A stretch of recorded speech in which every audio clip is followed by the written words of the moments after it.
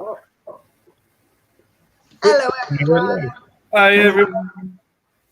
Hi, everyone. Hi, Valhalla. Hi, mate. Valhalla. Let me just put on the stream. You might want to put the stream on a different device unless you can mute it. Otherwise, you'll deafen everybody. I'll mute my thing. Mute tab. Thanks for the warning.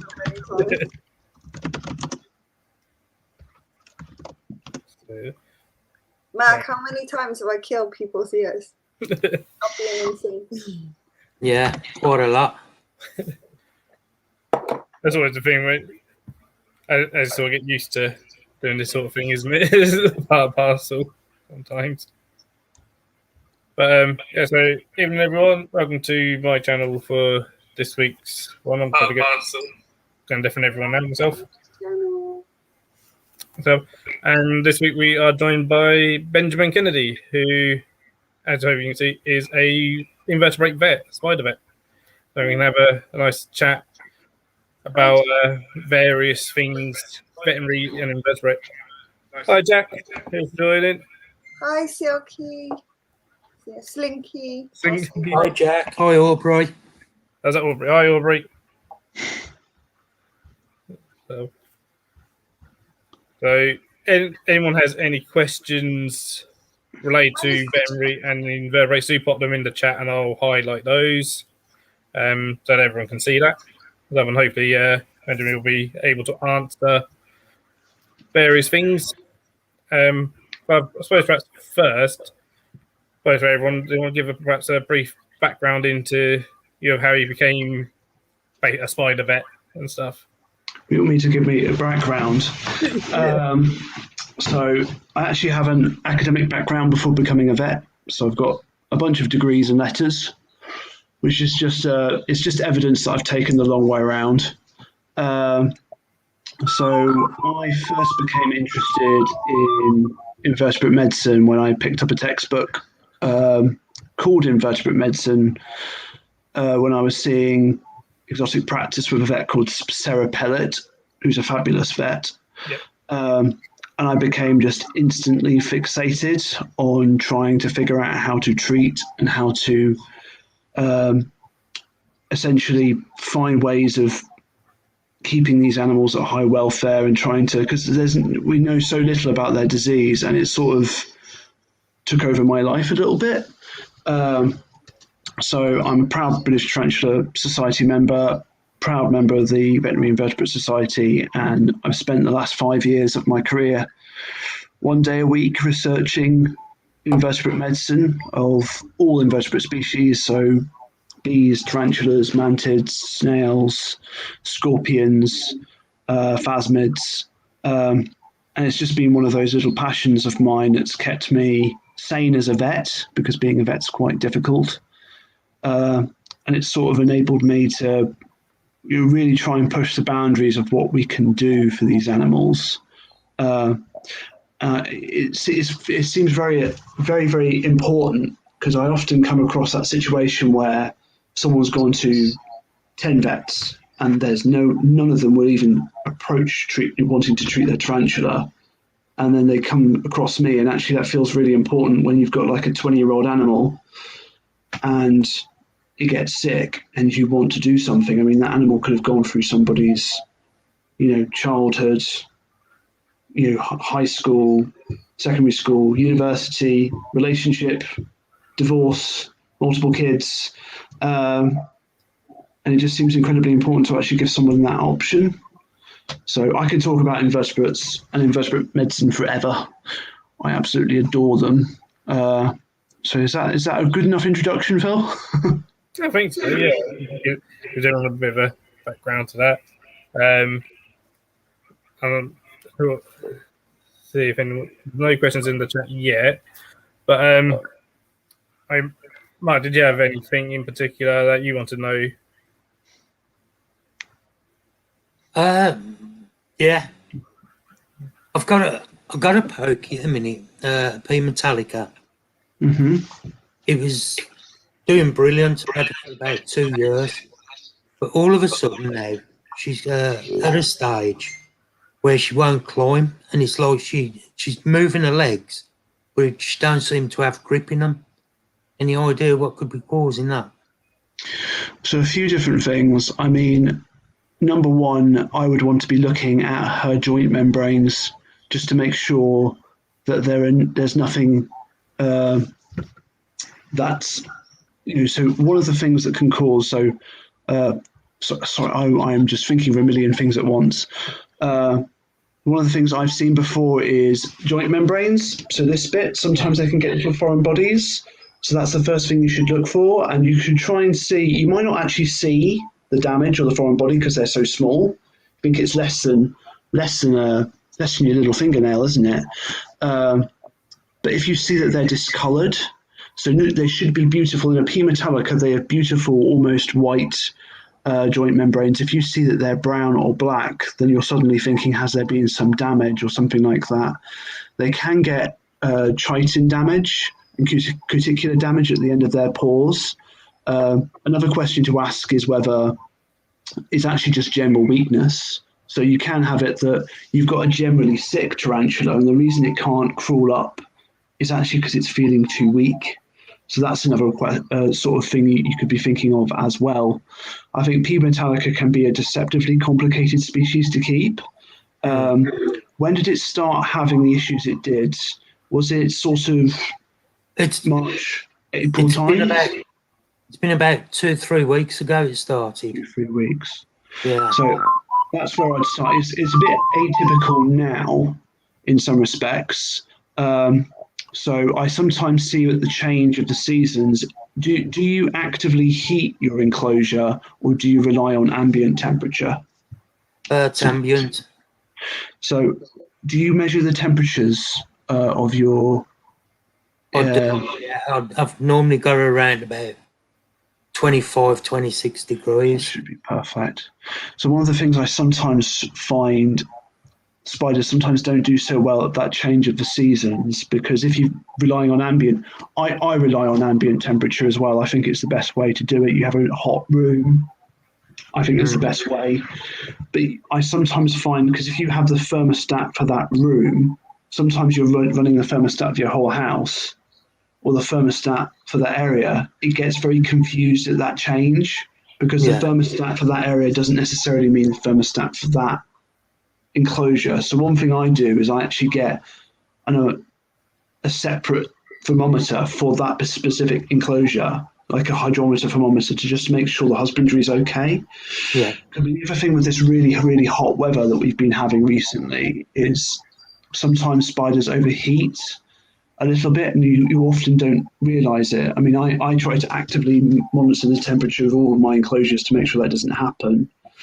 But that can then cause weakness if it happens over a prolonged period. Not that I think that's been happening to you, because I think if you're called Mark the Spider Guy, your husbandry is probably beautiful. So the first thing I'd be looking for is just to see, if it were me, I would actually try and get your little P. metallica into a small see-through container, have a really good look, and see if there's anything going on that looks untoward compared to a normal P. metallica. Because that will then get, and it sounds really stupid. It sounds really simple, doesn't it, Mark? Look at your spider. Yeah. You've probably already done that.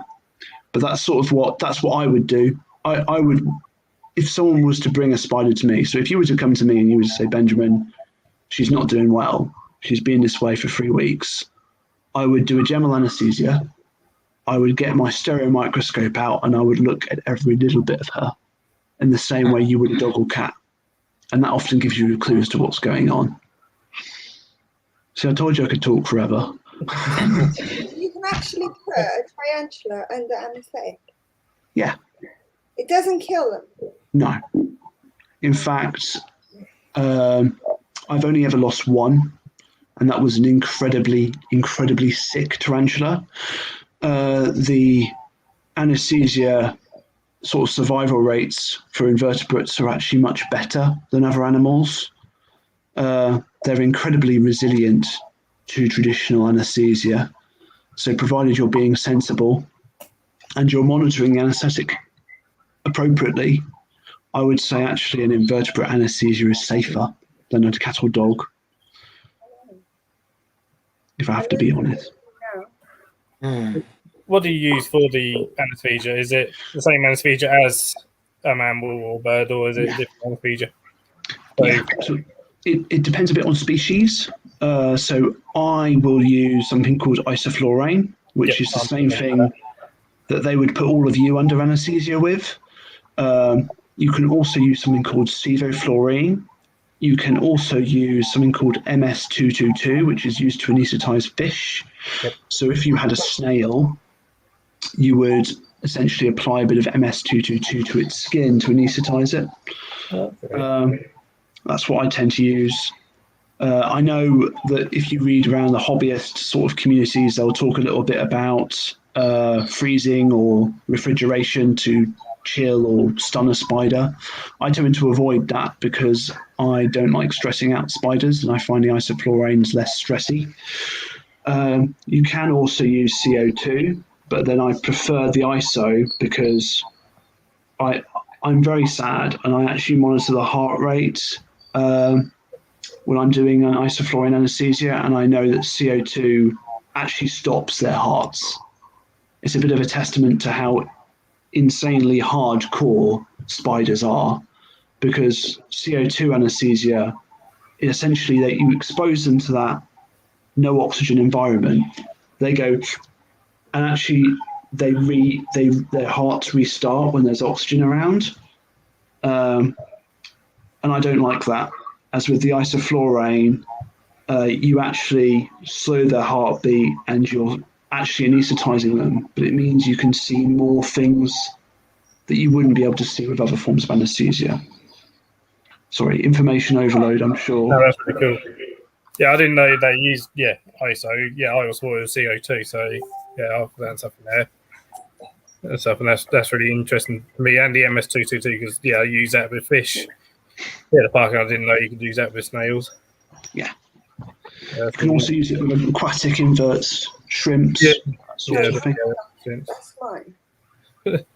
Oh, you've got a beautiful little black cat. Yeah, but he wants to go on the computer. I love black cats. I think they're so unappreciated.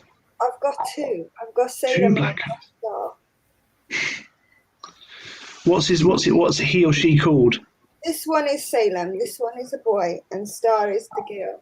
Salem, after Sabrina the Teenage Witch. Yeah. I've got a fun fact about Salem from Sabrina the Teenage Witch. Did you know that the Salem character was completely robotic through the entire? And only some scenes involved the actual cat, but all of the speaking scenes were just a robot, which I thought was mind blowing. Because I thought, what a good job for a 1990s sort of show that it was all a puppet. What was that? Have you seen the new Sabrina? I have. I preferred the old one. At the end, it's a mix of the both. Seriously? They mash it all up to make it look like Sabrina. They're trapped in a multi-universe where it just keeps repeating over and over and over again until the whole world's going to disappear. Okay, I need to watch the rest of the new Sabrina. It shows you that the cat is a robot, and then it shows you that the cat is real, then it shows you that the cat is demented and the one that's causing the problem. So, yeah.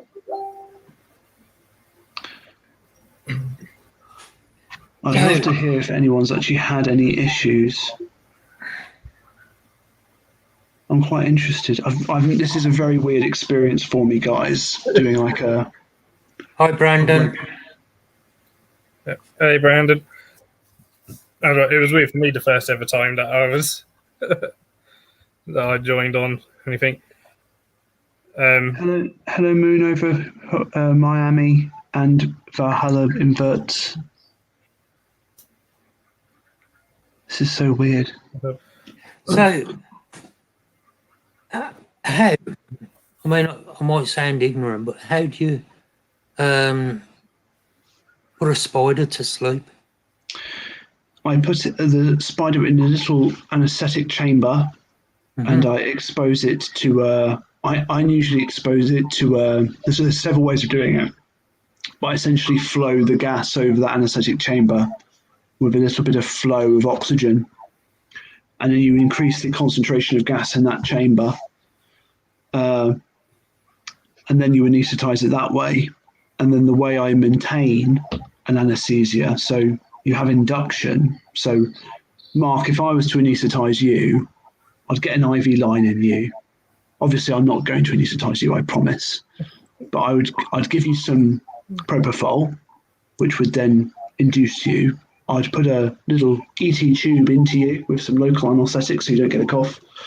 And then I would put some isoflurane that way by breathing for you.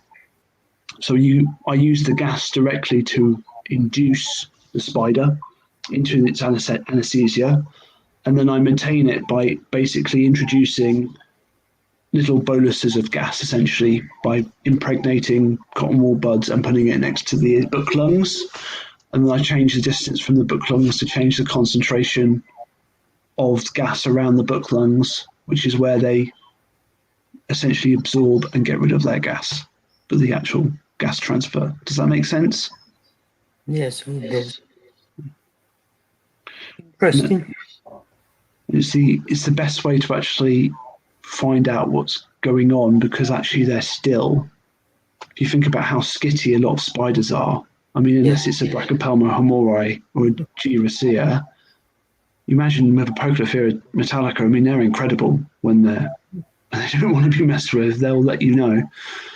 It's one of the best ways to actually keep them still, to actually see what's going on, also without damaging. Imagine you grab a spider, you can do a lot of damage potentially.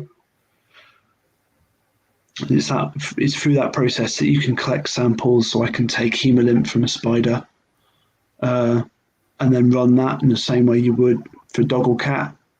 And what I'll actually do is I'll look at that blood, the hemolymph, and see what the bacterial load is to determine whether there's a bacterial issue going on. You can also see the white blood cells, just as you would a cat or dog. You can see they have very different white blood cells, but they can be counted.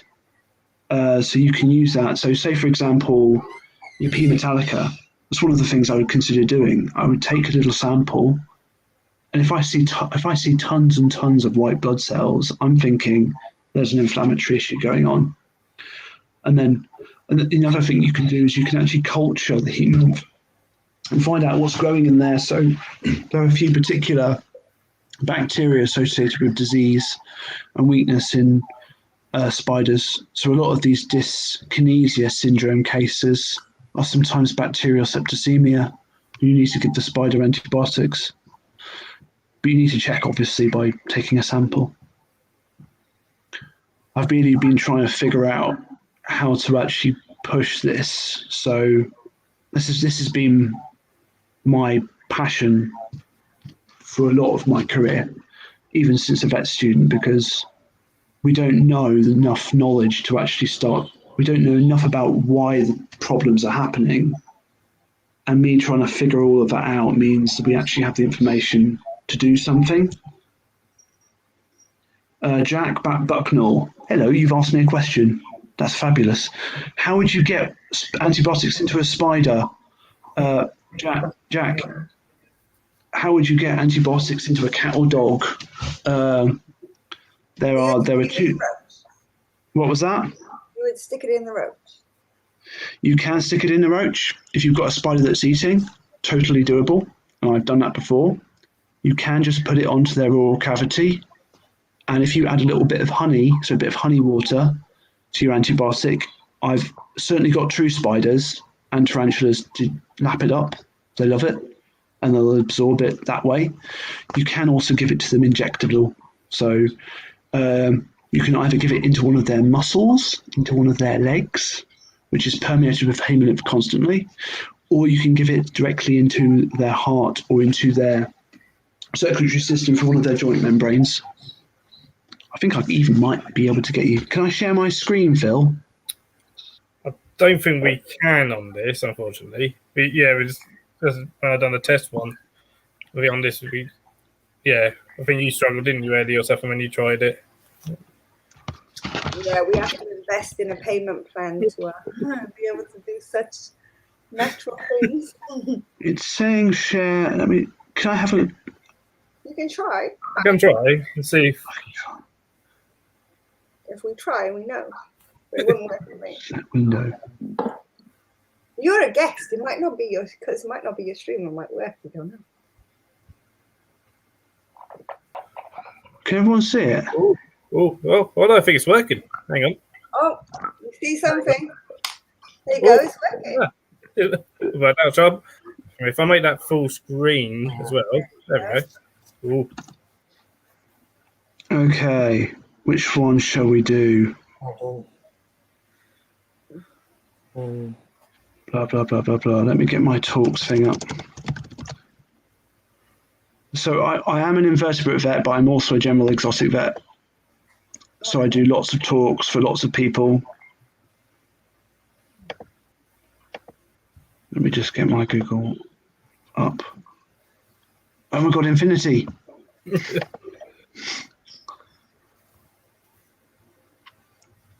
This is my life, guys. It looks a bit like my computer. Leah's joining us as well. Hi, Leah. Finally. You lurking down there. Hello, Leah. Hello. That's all I did for Biaza. Let me try and find it. Oh, this is the case. Mantis cases. Yes, I love mantids as well. It's going to load up because it's ginormous. I'm desperately trying to teach lots of other vets how to do all of this stuff. So this is why I have so many, because it can't just be me. It has to be as many vets as I can manage to get. Oh my God, you've definitely got too much time on your hands. So this is, have you guys ever heard of the Desertus wolf spider? This is one of those. I'm possibly the only one. Oh, this wolf spider is beautiful. But you see, look, it loves it. I bet you've watched your 7-year-old eat ice cream that way. So that's me demonstrating you can totally give antibiotics to a spider. They don't like bait trawl very much. They hate it. But again, it's also me demonstrating you can do that with a mantid as well. If you get me started, I'll just go nuts. I love it. We'll load this one up as well. No, no. Ow. Infinity again. No, meow. No. That's an incredible video. It's wonderful. Obviously, I should thank Askham Bryan College for that. Hey, Stefan. See Hey, if it will load up. Stefan. Let me just grab vertebrate consultation talk. There we go. So this is a talk I often give to veterinary students. Again, this is one of my slides I always do, where I go, this is a spider, pretend it's a cat, and actually you'll mostly be all right. The reason I say that is I think a lot of people see spiders and invertebrates and they get scared and they think, oh, that's something that's so different. And actually the truth is it's not as different as you might think. Let me just grab. So these are two different ways of getting. So you see that joint membrane there? You can get a little bit of fluid underneath that, but obviously you wouldn't want to try that without an anesthesia. You can also give it into their hearts. That's so mad. Like, crazy.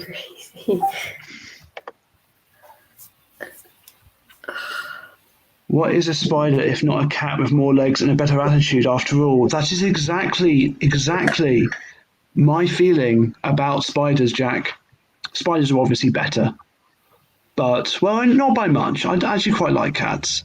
Oh my God, You know, Infinity again, you Jack. to your screen, I'll, right? I'll stop. We're all just watching. Hey, Johan. There you have. Well, I think the thing with invertebrates is the more that things are different, the more that things are the same. I think one of the problems with how humans are sometimes is we don't appreciate that actually everything is an animal and everything deserves to be here. It's kind of nice to actually start taking bugs seriously like this, because should we not take them seriously? They're animals that are beautiful and parts of nature, and we should consider their needs as much as we consider any other animal's needs, really. I have one question for you. Do you do them presentations yourself? Yes, so I do them. You mean I give the presentation? Hi, No, bro. you create them. Yes, they're all made by me. You have too much time on your hands. You know how long it takes to make a presentation. You know how hard work they are. Yeah, a lot of hard work. Very hard work. But I guess it's really important. So a lot of my philosophy as a vet is about making sure that I pass on the knowledge I have, because what would be the point? I mean, I could become an amazing invertebrate vet. I feel like I'm an okay invertebrate vet, and I've got many things to learn, but there would be no point unless I actually help other people become good invertebrate vets as well. And it's true for all vetting. That's how vets should be. We should help each other to be better, because that way more animals are helped. That's kind of how I feel about it. So it's, the invertebrate medicine, the presentations need to be there. I need to talk to the students regularly, or if they do let me, they probably get sick of me after a while, but that way the students get exposed to actually the concept of treating a spider.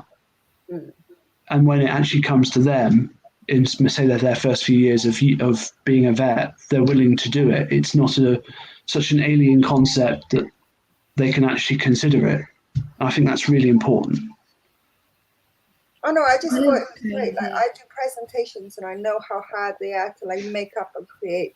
And sometimes you just want to pull your hair out. That's why I was like, did you actually do them yourself? You know how much work goes into that? They're a nightmare to do. But I totally get it. Yeah. I've got a question for you, Benjamin. I'm Leah, by the way. Hi. Hello, Sorry, I Leah. was late. That's all right. Do you find people come from all over specifically to come see you because of what you can do? Yes, that's probably true, regrettably. I do. It kind of works both ways, Leah, because, so I've definitely had people come from a 2 or 3 hour radius around where I am at the moment. So I'm based in Cambridgeshire. I won't tell you my exact address because you'll hunt me down with your spiders. And I'm currently a locum vet because of the pandemic. So I basically work in lots of different clinics and I see animals at those clinics. And usually when someone has a sick invertebrate, they contact me almost semi-directly, or they contact me through somebody else. Right. What actually tends to happen, Leah, is I tend to be contacted by a vet or owner, and then I try and find a vet nearer. Because I've been contacted by people in Australia and in Kentucky. And usually what happens is there's a rushed phone call where I discuss everything with that vet and I try and get them on board with what they're doing. And actually, more often than not, the vet does an impressive job, in truth.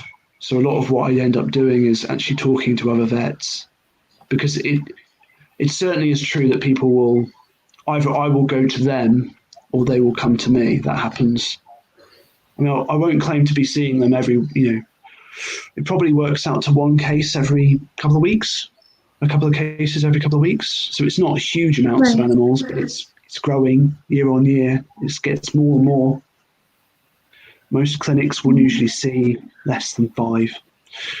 Full-on exotic clinic will usually see less than 1 to 5. I probably see 50-ish. If you include sort of additional extra things. One quick question. I know you said you do exotics as well, and sometimes you work in normal vets. Is there a huge difference between veterinary care between animal and animal? Yes and no. I think obviously if you treat a reptile, it's going to be different from treating a bird, different from treating a cat, to treating an insect. There are differences. But you know what? The core principles are the same. You know, every animal is an animal. Every animal has basic physiology. And actually, those basics, actually, it's amazing how much you can treat things in a related way. So think about it, a reptile with a bacterial infection, that needs antibiotics. A cat with a bacterial infection, that needs antibiotics. You know, investigation is the same. You know, if you take a swab from an area that's infected, it doesn't actually matter what species it is. What matters is the principle of what you're doing. Yeah.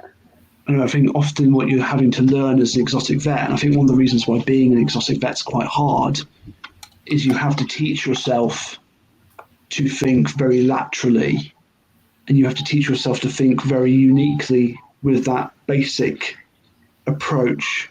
It's very easy to learn one species and do that species. Well, easy. Not really that easy, is it? But actually learning to apply that knowledge to something else, I think. But it's essentially the same. I think there's more similarity than there are differences. Obviously, there are differences. Yeah, I would have thought the differences would have been in maybe type, maybe medication factor, or amounts, or things like that. But I thought general veterinary care in general would be the same. Yeah. Well, if that's the case, why can't they see all animals? Why do you have to go to one vet for this animal, one vet for that animal, and one vet for another animal? So I think that's a complicated question, and I think that's a really good question, Ellie. I think number one, I think a vet that just dedicates their time to a certain sort of set of animals are going to have a much better depth of knowledge in that species, so cat or dog. I think a lot of it is comfort and how comfortable a vet is seeing a case, and I think it's reasonable. In fact, it's really good if a vet says, do you know what, I'm not happy seeing this reptile. Take it to someone who has put the time to learn more about reptiles. That all being said, Ellie, I think certainly my approach, and I think the approach of many vets, is that you should be able to do emergency in most things. But it's a real difficult one, because I think if you're a vet and you've spent all your time doing cats and dogs, it's intimidating dealing with a bird, because you may not deal with birds very often at all. It might be quite unfamiliar. I think it takes a lot of effort and work and to do that, and I think vets are so overworked that it's really difficult. I find it difficult to keep on top of all the species I have to deal with, and I'm really sad, and I spend my life going through journals and doing things to spiders and trying to figure out what I'm doing. It must be so difficult if you have other things in your life, so I can understand why some vets just do one. And actually it's better in some respects, because I would be really crap as a cattle vet. I could probably work out basic principles, but would I be as good as a full-on farm vet? No. I'm pretty much a small animal exotic vet. Does that make sense? Have I answered your question, or have I just waffled? No, it completely makes sense. No, it's just because in general, right? Like, if you're giving your animal boosters, okay, fine. You have your specific vet that you go to regularly for boosters and things like that. Yeah. 9 times out of 10, you don't go to the vet unless you have to. And then it's hard to find one, especially in this pandemic. It's really difficult. I think exotic vets are so difficult to find. I think even if, like you said, even if it's just emergency care there and then until they find specialists, fine. But like a lot of places are like, no, we don't do that. No, we don't do this. No, we don't. And then it makes you as an owner feel like you're trying to do everything, but there's nothing you can do. Yeah, it's devastating. It's an awful feeling. It's an awful feeling. I do think it's something that has changed. Like, I think in some respects, compared to 20 years ago, I think the veterinary profession has come forward so much. I think it's just the knowledge hasn't been there. I actually think that there are more vets today probably seeing exotic species to a high level than there ever have been. I think it just takes time. I think, I'm a very young vet. I'm actually 5 years graduated. I'm a baby. So, there are lots of young vets and older vets that are incredibly passionate about exotics. I think they're just developing their feet.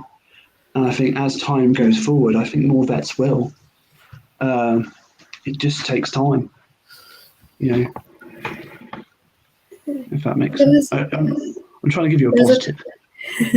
Sorry to interrupt. There's a couple of questions in the comments. I didn't want them to get too far lost. I'm going to put this one up because I didn't actually know that they had been given full animal rights, Jack. Actually, that's all Jack's Ultrafly. Jack, you can judge me massively. I need to look up what that Latin name is. I think I know what it is. I did too. It was Black Ultrafly. I don't think they have full animal rights. Well, they are animals. I think, I actually feed my dog a black soldier fly based diet. He loves it. I think it is really important to consider food production animals and their welfare and what we do with them, if that helps. So if you want my thoughts on it, Jack, it's that, animal protein, the future of it is insect. There are more than 20 farms and businesses in this country alone which are producing animal, insect protein for human and animal consumption. So I think it's really important that we consider them as animals, from several different perspectives, from a food safety perspective, from a welfare perspective, from us doing a good job producing good quality insect protein perspective. So I think it's a really big area that I could probably talk to you about for hours. Not least everyone, you have your inverts and you're feeding them inverts. Really basic thing, make sure you keep your feeder inverts beautifully. They are a bonus pet. They must be looked after so wonderfully.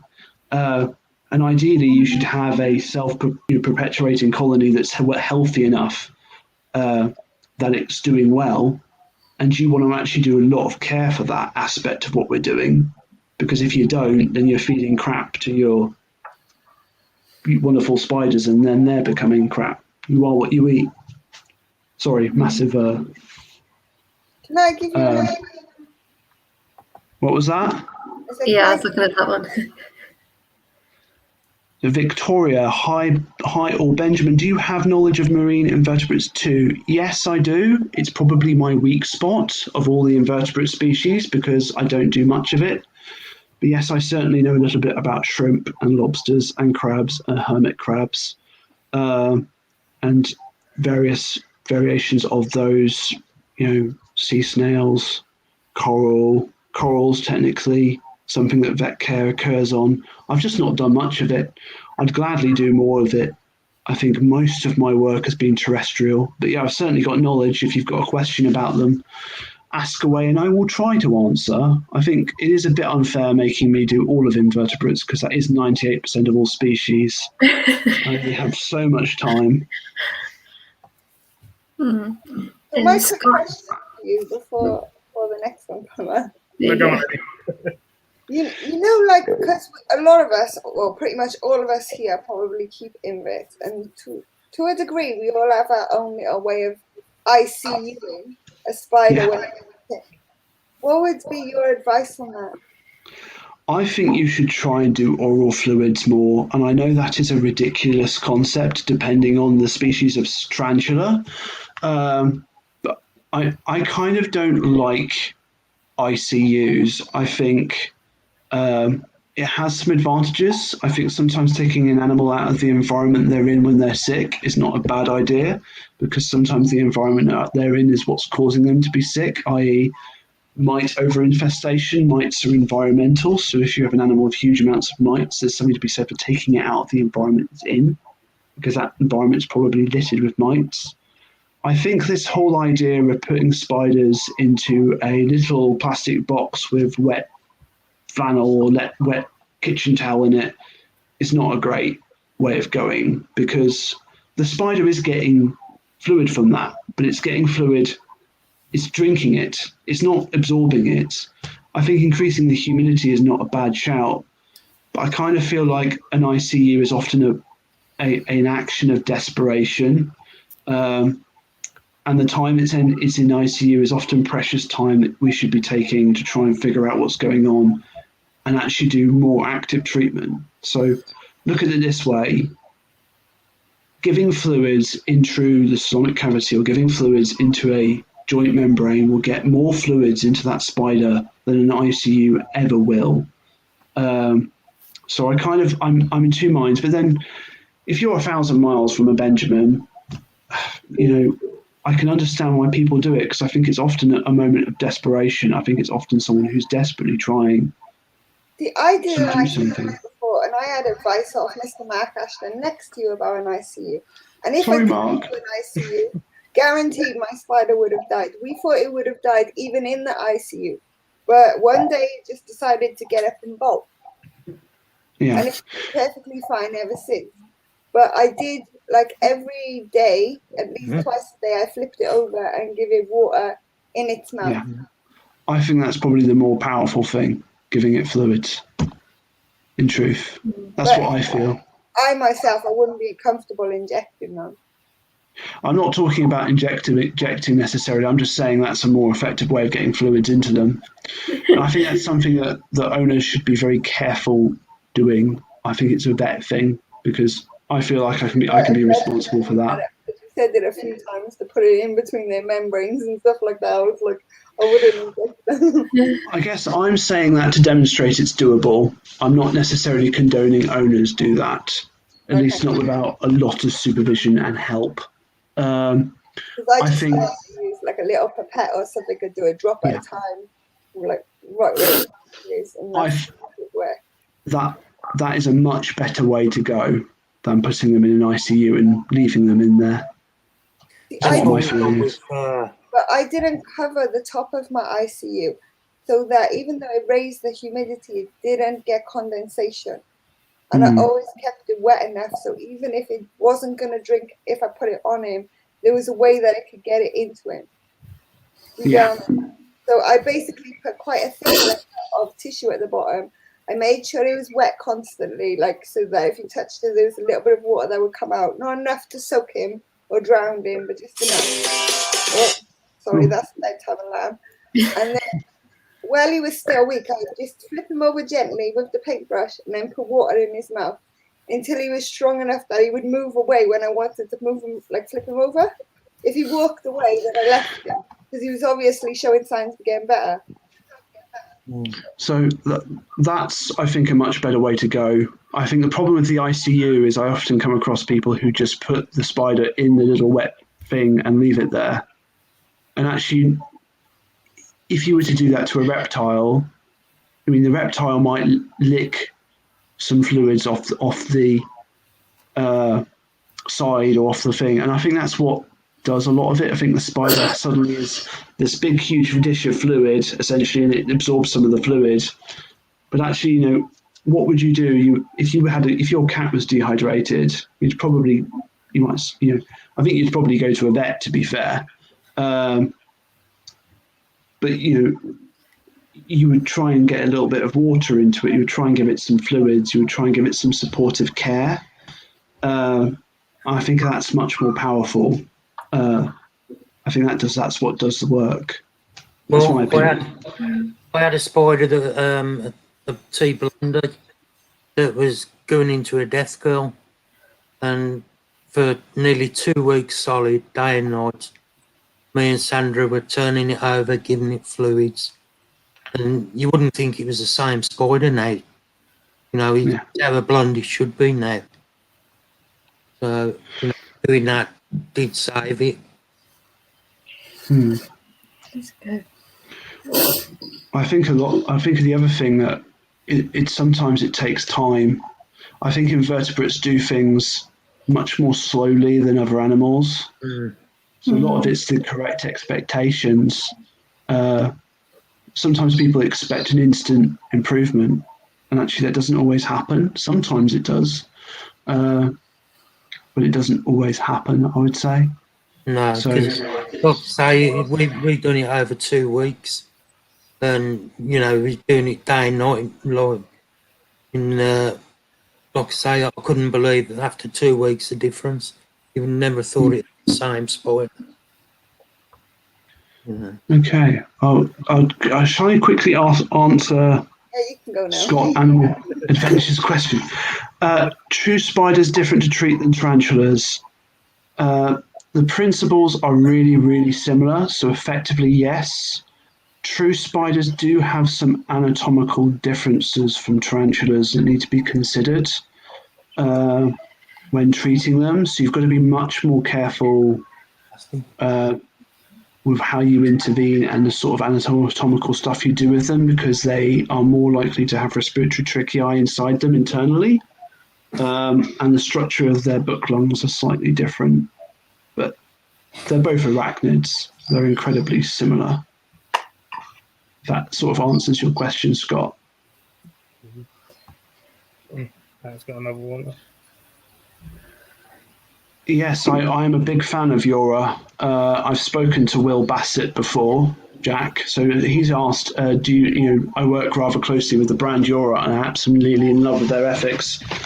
Yes, I quite like Yora. I feed Yora to my own dog. I should probably email Yora. It's on my giant list of things to do. I'm just going to pop the logo. Okay. Going for Yeah, I'm not familiar. What is Yora? Because I'm not familiar with that. So Yora is a dog food that's made from black soldier fly protein. Okay. So it's I think one of the few dog foods that's insect based, and it's made with combustible packaging, and because it's all in UK based, essentially the packaging, sort of your actual shipping costs are much less as well in terms of environmental damage.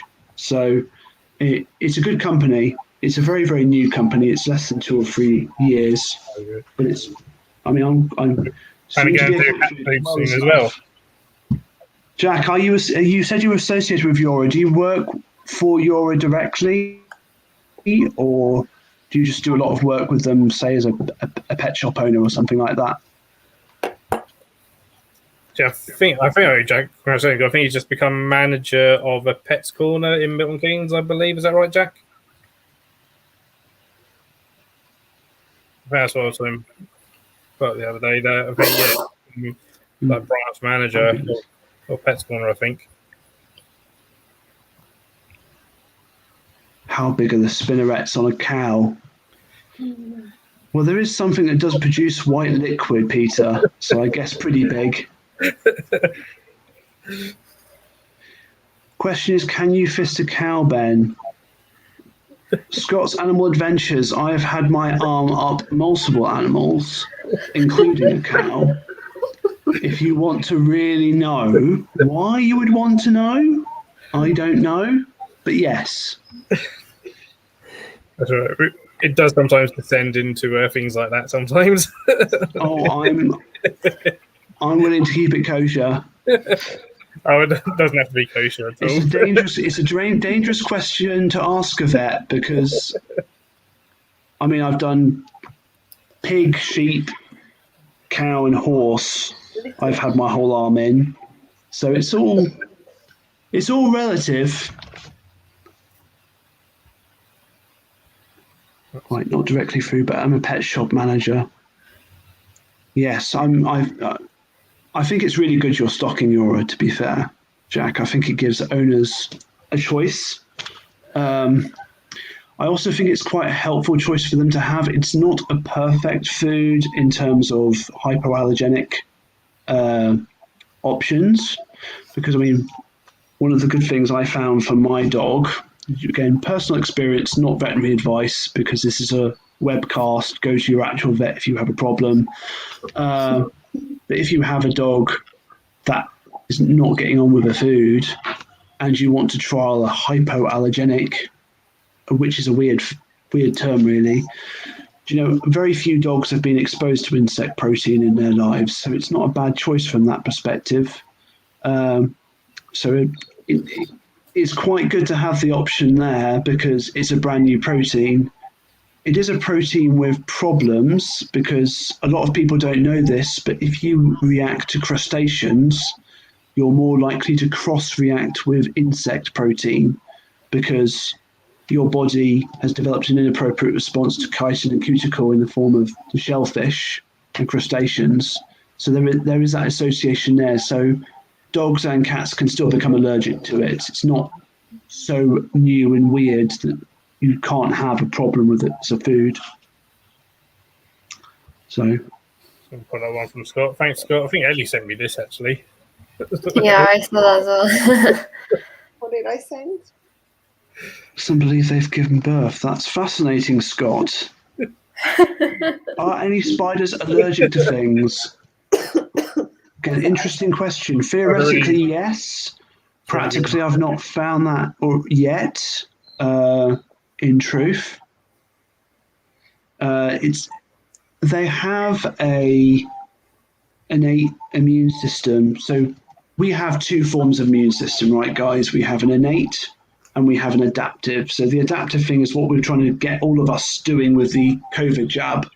We want to get immunity to things, but we also have some basic immune responses that respond to anything. So, peanut allergy, for instance, you have an innate response to it. Spiders have a little bit of both, in truth. So theoretically, an allergic reaction could totally happen in a spider. I just don't think we know yet, in truth. I'm sure it's possible, but I've never come across it. Would there ever be an alopecia in a spider that can make it go bald? Scott, I'm not into. I can do this all day. Just go nuts. Well, yes, there is. So alopecia in spiders is often. So it can be one of three different things. Essentially, it can be normal. So I think anybody. I'm sure Mark will tell you this. Anybody who's kept spiders for any number of years will know that some spiders start to lose some hair around their epistosperma when they're pre-molt. Certainly happens to my Bihamori and to my Brazilian white knee. I can never remember the Latin name for that one. There you go. That's the one. It can happen as a stress response. So I remember a particular case where basically, for reasons best known to the upper powers, someone was keeping their spider next to their music system, and that one got alopecia mighty quick. So it can be a stress response. Another one is when the owners have a small child and the child keeps tapping on the thing incessantly all the time. So you can sometimes see it in that sort of situation where it's almost a display spider and it's messed with a lot. You can have genuine. Well, wouldn't it be amazing to see what comes out afterwards? Beautiful and renewed. It would be incredible, wouldn't it? The third one is when you have genuine damage. So you can have particular damage from trauma and stuff. Sorry, I'll try and not be as. From a molt as well, like after it's molted. Can they get alopecia after a molt? Yeah. Yes, they can. And if they have a particularly difficult molt. So if they have a molt which hardens slightly and they manage to get out of it, but it takes some of the hairs off with it, that can happen. I've seen that happen before. The explanation of what happened to my. Where are you again? Is a brachypelma bocchini. Sorry, I have to ask him. They just tell me randomly. Yeah, it sort of molted. It wasn't fully grown. It was like a large Julie. It molted, and then it molted, and it looked odd. Like it had stripes on the carapace, and it wasn't like the carapace had changed colour. It was like it didn't have hair there. Like it was bald, and it was like stripy, and then on the butt it was like patches. And I thought it was odd, and I was asking other people, like, what's going on with my spider? Like, what's all this about?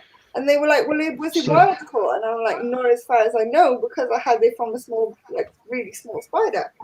And they were like, well, then it could be just old. And I'm like, it's not even mature yet. It's not even big enough to be mature yet. So molting is one of those things that can go just bear with me a second. Someone's just steamed me and I'm going to send them this stream to entertain him. So molting is one of those things I think we haven't fully got our heads around in invertebrates and spiders, because I think the actual biological, physiological process of molting is really complicated. Well, they've shown in crustaceans, for instance, that you essentially have your external dead molt, as it were, and then you have your epidermis underneath that produces an ex-molt. And they've shown that there's this process of releasing calcium and phosphorus from that when we've got less nutrition, and putting phosphorus, calcium into it when you've got more nutrition. Now, you guys may or not know this, but in vertebrates, our bones are our store of calcium and phosphorus. And it's for this reason that actually our levels of calcium are really stable in our blood, because our bodies are constantly depositing and taking out calcium and phosphorus. So I suspect a lot of these things are more nutritional, more physiological than we think. And I think sometimes the reason that you have molting issues probably is a more deeper aspect of how we keep them from a husbandry point of view than we realise. Scott asked a very interesting question about spider swimming, which is something that totally happens. It's true, it totally happens. Histocrates gigas particularly are really watery spiders, and I think we don't always appreciate that.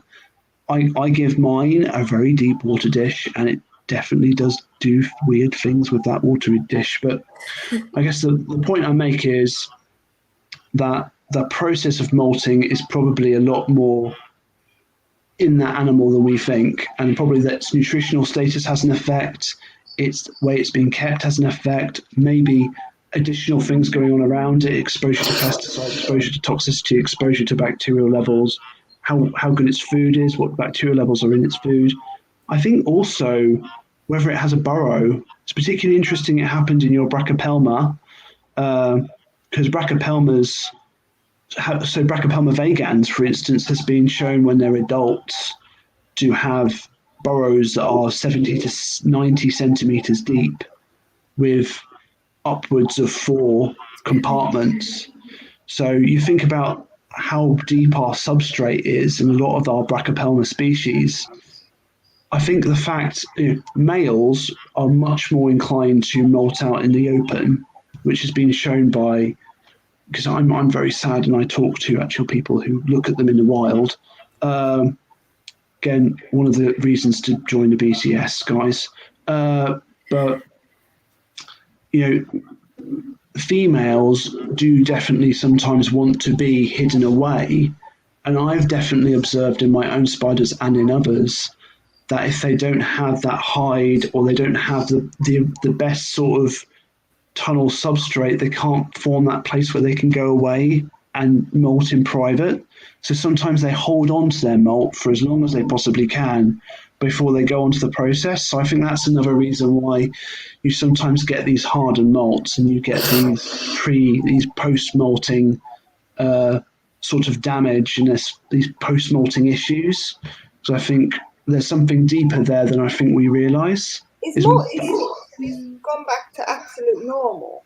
Yeah. But it was just literally after that one molt, and I was like, what is going on? Because it, like, when, okay, you probably see this more in America than here, but when they put the animals in fights and they look like all torn up, and it literally looked like that. But there was nothing else in there with him. Or her, I don't know if it's a boy or a girl yet. It's not mature. Well, it's a bit of a mystery, isn't it, really? But it just makes you wonder, because there must be some reason why it happened. I haven't seen any of my other spiders do it, and nobody else knew about it. I just kept getting the thing that it could have been wild caught, or it could have been too old. I was like, it hasn't matured yet, and I had it from really, really small. Yeah, I've come across that several times. I've got a sturmy, adult female. Beautiful spider. She had a bad molt, and I've since upped the humidity for her. She got everything, all her molt off, except for a patch around about that big on the back of her abdomen, her top. Is there any way you can get that off, or would you just leave it for another molt? Do you know what? I think that's a really difficult question to answer. I think I have actually done variations of that before. I think it would depend a lot on what it looked like, where it was, how well adhered it was underneath. Ideally, I would try and get it off, but it's a risk, Mark, because if it's really well adhered on, you could risk damaging the underlying cuticle, and that's more scary, especially depending on the location. Often they will molt it away, but also it can end up becoming this recurrent area of molts. And eventually what happens is they start to melanize. So, Mark, if we were to get into a fight, you would win. You would beat the crap out of me, and I would go red and bulbous, and I would look very sorry for myself, right? If you were a spider, if I was a spider, I would start depositing lots of black melanin to try and cordon that bit of inflammation away. So that's how spiders respond to inflammation, which is why I'm talking about at the very beginning of the stream. I'm talking about joint membranes going black, because what's happening is that spider's body has identified there's some damage there, and that needs to be cordoned away so I don't die. So what can happen when you have a bit of hardened molt on the surface of the cuticle is it interferes with the next molt, and actually eventually you get this weird melanized sort of clump there, and eventually that causes issues to the anatomy underneath. I know this because I've done lots of histology, which is looking at spider bodies, slices of spider bodies with a microscope for a special process which I could explain, and it would put you all to sleep. But I think it's for that reason that I would be quite careful with it. I mean, ideally, I would want to look at it, see if I could get it off. I'm going to have to grab my power cable in a second, Phil. In fact, I'm going to have to grab my power cable now. That's right. Wait here for a second. I'm about to run out of battery. Yeah. See, I've got my Hamori female molted earlier this year, and she's now got some sort of, it's not a growth, it's more like a lump on her abdomen since she molted, but it didn't bleed. It's just kind of bald and a little bit of a lump on the side of it. Hi, Michael. Is there any spider that scares you personally? Yes, plenty.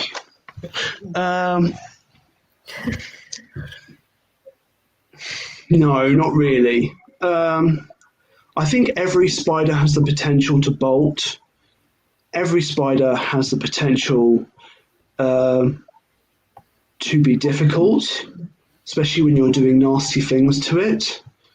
I think you have to respect the animal that you're dealing with.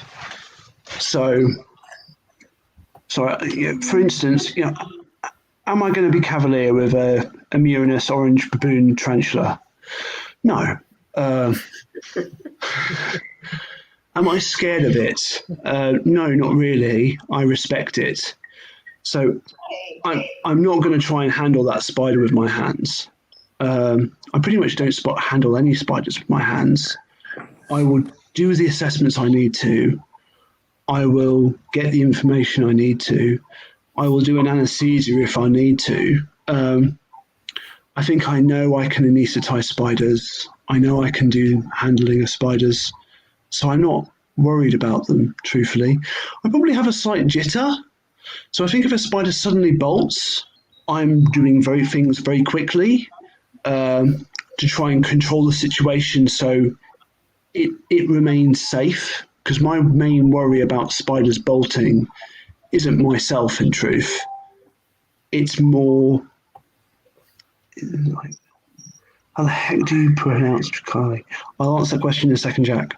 My main concern when a spider bolts is that I'm going to damage the spider or the spider is going to get damaged, especially when I'm in a clinic, because I think people have unreasonable feelings about spiders. So, and there are lots of things in a clinic that spiders are not going to like pesticides. You think about your anti-parasitic treatments you give to cats and dogs. They target arachnids. Ticks are arachnids. So my main concern is actually the spider. So I wouldn't say I'm scared, but I'm definitely respecting the animal, especially if it's something that can kill you dead, like a black widow. I mean, not the most scary of animals in truth. There are animals with worse venom, like, black mambas and parabufid scorpions, but I'm definitely being taken care of that animal. Where was I before I got my battery? I was discussing melanisation. Yeah, my main concern, if I could get it off, I would, because I know it can seed a problem several molts down the road, but it depends on how well adhered it was. I think if it was really well adhered, I'd probably leave it to come off and then have a look at the spider when it's just molted, because I think that's when you've got your best chance of getting stuff off. So if say, for example, it molted and then there was a little bit still there, I probably would anesthetize it and try and coax that off, or at least try and get some idea of how deep it was and consider some form of antibiotic or anti-inflammatory treatment to try and prevent that process from happening. Does that make sense, Mark? Yeah. Yeah. And because I just thought with the mineralization, essentially that's like us. Is that like us bruising? Yeah. Basically, like Only a bruise sort of thing. Yeah, that's a very good analogy. Wonderful. I might steal that. It's more like reptiles and amphibians do a similar thing. It's essentially you have the injury, you have the bruising, and then it deposits melanin there to keep that area sort of cordoned off. So it's a very different way of experiencing inflammation compared to us. In like of Brachypelma's rebrand, am I a little bit behind the times, Jack? So around half of the Brachypelmas were found out not to be Brachypelma anymore. Oh, So okay. Things like the vegans is now tilted cattle. Everyone struggles to pronounce it often and stuff. Tilted cattle. It comes from the same language as axolotl, though, so it's the like native Mexican language. That's fascinating. I'm going to have to keep up with that. Spider as well, which is pretty cool. It just means black spider. See, Jack, my main statement is, when I think of taxonomists, do you know what I always think of? I think of, when you're in a schoolyard, when you were a kid, and you had somebody that sort of thought they made up a phrase, like, eat my shorts or something, and then all the other kids argue about who made it up first. That's taxonomy. I love this guy. You know how much drama he would shut down if that comment was spread and worked like I love taxonomists. I think taxonomists do so much for this hobby, and they're incredible people. But at the same time, You have to be very silly. I agree with you, but also. good luck, JP. That's a lot of mouths to feed.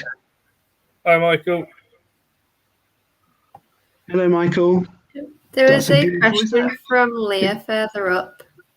Is that a Von Verfee? What's that spider, Michael? It's not a Von Verfee. It's got a... Oh, yeah, I found it. The one... Gloves. That's the best way. Do you know, I don't have much of a... I think a lot of it is very personal, because I think some people respond a lot to urticating hairs and other people don't. So my wife really has a big response to them, and her main way of dealing with it is to get me to handle all the tarantulas. But I don't seem to have much of a response. When I have, I've often just made sure. I think I've not actually done hair removal cream. I've just made sure that I've got gloves on and I take a lot of care. When I have got an itch or a rash, I just wash my hands excessively, and that seems to have worked. I've been flicked today, badly. Fair luck. Touch wood, I've never been hurt. Did you pinch grip any spiders for veterinary? Is that when you do this? I think Hold it in your feet. Yeah. I tend not to, because I feel like it's less controlled. I have definitely pressed down spiders to give them injections. I've also restrained spiders conscious to give them injections for various reasons. I don't tend to. I have done it before, yeah. Usually when it's if it's a really sick spider, yes, because it's not going to try and fight me that much. So yeah, I do it, but not that often. If it's a really well spider, or a spider that's got a lesion on it, but it's still with it and threat posing me, no, I'm just anaesthetizing it. It's all a spectrum. I like it does come off Michael. Yeah, that's also quite a worrying place for it to be. So that has the potential to go one of several different ways. That always worries me when it's there, because especially if it can go over one of the book lungs, and I have seen it where a spider's taken off the sort of cuticle over the book lung, and you end up having an exposed book lung, which is not great. But also you've got your epigastric furrow there, and I think that's one of the reasons why that can be a place where they can essentially get a bit of molt stuck. I think upping the humidity is not a bad idea at all. I think you're going to be quite careful. Do take care if you try to physically remove it. I think a little bit of lube goes a long way. Again, ideally, if it were me, I'd probably anaesthetize it and do it myself with a stereo microscope and slowly remove little bits. But I know, Michael Taylor, you may be anywhere in the world, and that might be a challenge. Apparently Michael started off to eat my shorts. Yeah, you did. I do love taxonomists. In truth, taxonomists have supported my work so much, and they mock me a lot, which is why I mock them back. There's one way to deal with urticating hairs. You see, that's my wife's solution. Only I'm.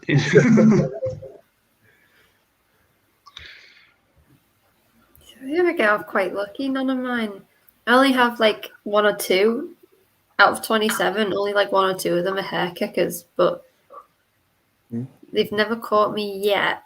But I always wear long sleeves, gloves, and a mask anyway, because I'm not risking it under no circumstances. I find That's going to be the quote of the stream. Jack, all I'm saying is it's not just about we're talking adishes for life. We're talking, philosophy. We're gonna print it Look on a t-shirt. many places, and it should be used. And I will leave it at that. There we go. No, it's stuck just behind the spinnerets. Okay, so that's just where the cloaca is. So the spinnerets. I've got a picture of an anatomy. So which set, the upper or the bottom? I'm assuming it's the bottom set. I would see how that goes. That's just where the cloaca is.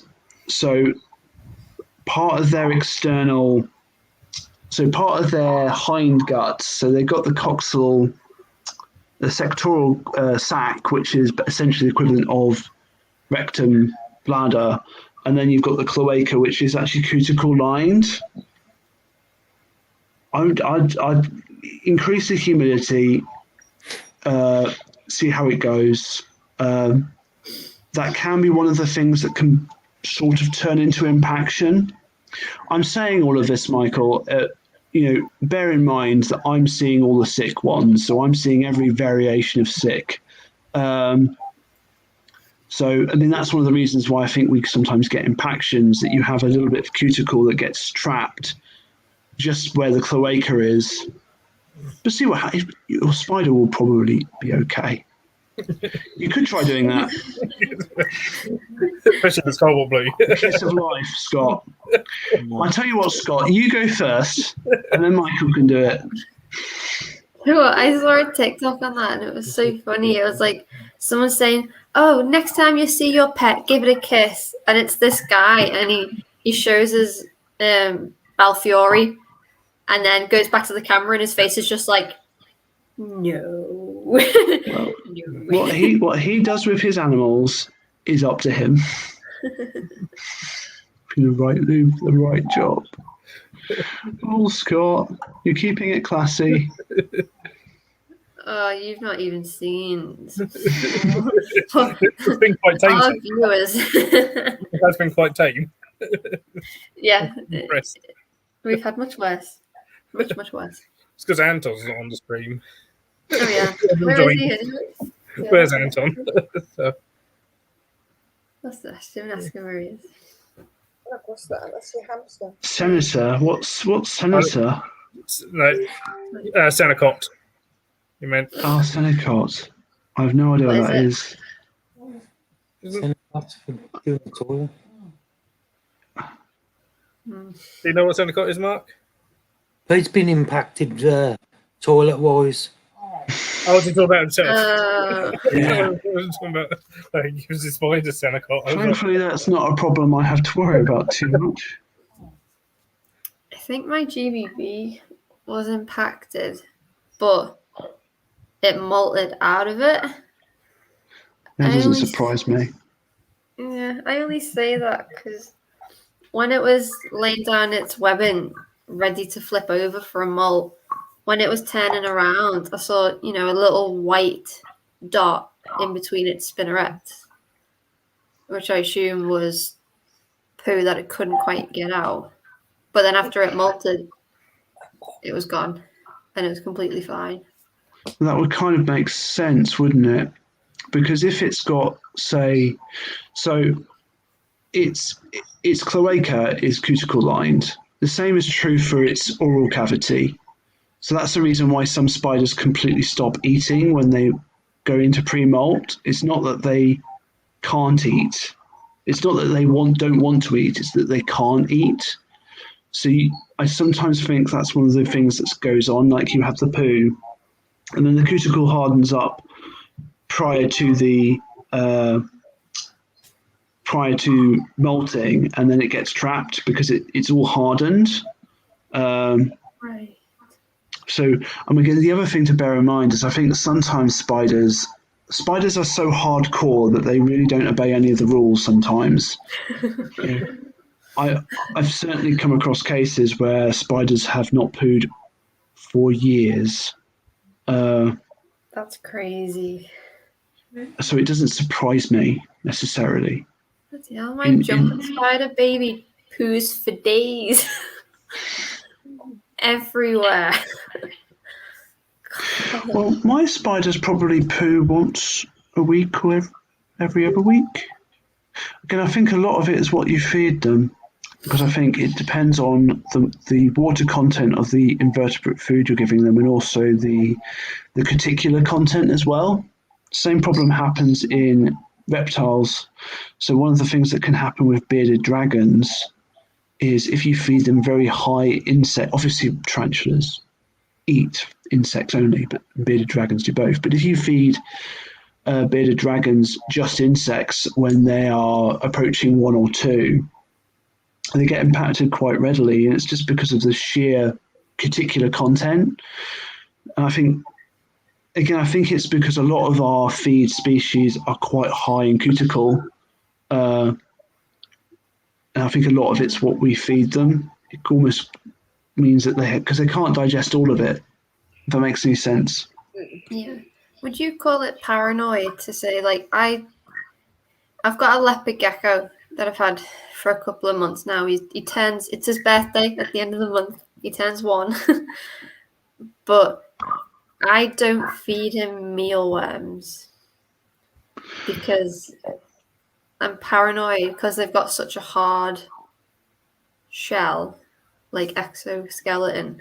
I've heard that they get impacted quite easy if they eat mealworms. It doesn't. See, I would be. I need to think. We would be quite careful.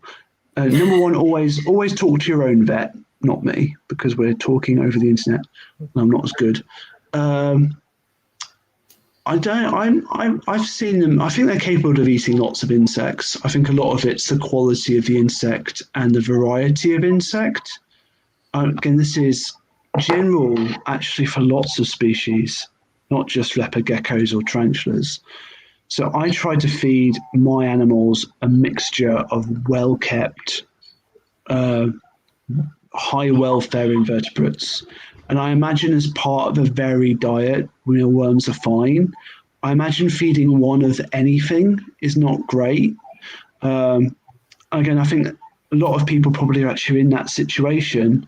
But, if you're feeding an animal one of something, it's the only thing they're having, they're essentially getting a monoculture. If I was to feed you, Leah, nothing but bananas, you wouldn't be the healthiest. And I think there are very few animals that can eat just one of anything. Spiders in the wild are opportunistic predators. They eat whatever they can get. And that includes lots of things that we don't often feed them. So I think a lot of it's the variety of what you're giving and ensuring that what you're giving them is high quality. I imagine the problem with mealworms is if you're not hydrating them and you're not ensuring that they're actually getting a good quality food, they're going to be dry, and that's going to cause the problem. Do you know what I mean? Yeah. But do you ever think like spiders and animals that eat other like inverts like that are generally smart? Because you say about only giving them one food. I've tried feeding my spiders, and you can go back and watch my live feed. So many different foods, and they won't have it. They won't go anywhere near it. You give them a roach, they will eat it. Again, I think we underappreciate how clever spiders are. Lots of animals, once they get into a habit of eating something, that's what they eat. But again, I think ensuring that whatever feed you've got is well fed means that the protein is high quality. I've certainly had spiders that have refused to eat certain things belligerently. I think because I've made a habit of always feeding my spiders a selection, they tend to tolerate a selection. I think it's almost you create a rod for your own back, don't you, sometimes? I think it happens with it happens with cats and dogs sometimes, where I've definitely had clients where the dog will only eat chicken because it's trained to the client, and that's what it eats. So does that sort of... It, but they just literally get funny. Like I buy different things in, I keep different things in, but they just won't do it. Like, as many times as I try monthly, I try weekly, it doesn't matter. They're not having any. And when it comes to the cats and dogs, well, they're just disposal units. They will eat anything. We get a big problem with the cats eating the dog food and the dog eating the cat food, or they're on strike until you give them the opposite. My dog loves my cat's food, and he gets very direct with wanting it. I won't get direct. Mine will literally refuse to eat her food, sit there and wait for the cats to finish their food, or go for the cats to wait for the cats to go to the dog food, and then the dog will run to the cat food. It's hilarious. But yeah, when it comes to my spiders, no matter how many times, because they've had crickets, like I did used to feed crickets, but I'm not a fan of crickets. The only thing I took out of their diet. I don't like them. Yeah, everything else I feed them and they just won't, unless it's a dubia or a red runner or something like that. Yeah, well, I think part of it also is that spiders can happily go without food for months, and we all know it. And I think that means that spiders have that capacity to, if they don't like a certain food, I mean, they'll just kill it and not eat it, or just ignore it. And I think I know this probably sounds almost, let me just turn the light on so I'm not in darkness. I know it sounds almost like I'm anthropomorphizing them a lot. But I think it sounds like we're anthropomorphizing them a lot, but I think there's probably a lot to how spiders respond to their environments and probably how clever they are potentially. So there was a study that was done by Steve Trim and a guy called Beanie, but I can't remember his first name, where they showed that spider defensiveness and aggression reduced when you introduced enrichment to their enclosures. So I think they're probably, I mean, obviously they're not Einstein and they're not going to start doing physics equations, but then I don't think they're entirely stupid. So it wouldn't surprise me if your spiders were they just liked red roaches and dubias. They don't want to have anything else. That's fair enough. I mean, I fed my spiders a mixture of red roaches, dubias, crickets, locusts, and superworms, Mario worms. I think also, what's the other one? I can't remember the name of the other one. So I fed them a load of different things. But if you actually... worms and the mealworms that I have the biggest problem feeding to them. Like if I did feed them a locust, some will observe it for a while. Like they will just stand back and be like, what's that? Like what's this foreign body? And then eat it later. And then, but with superworms or Mario worms, it's just like not happening. Well, I think part of it is also spiders eat things in different ways as well. So I think roaches, I wonder whether roaches, because that's another one, a lot of spiders love to chase roaches. I think part of it, maybe it's part of their instinct. They know they have to grab that. As I think with a locust, their instinct is more to actually wait for it to go into the right place and then they grab it. So that doesn't, again, I think that's almost a spider being a spider. Okay.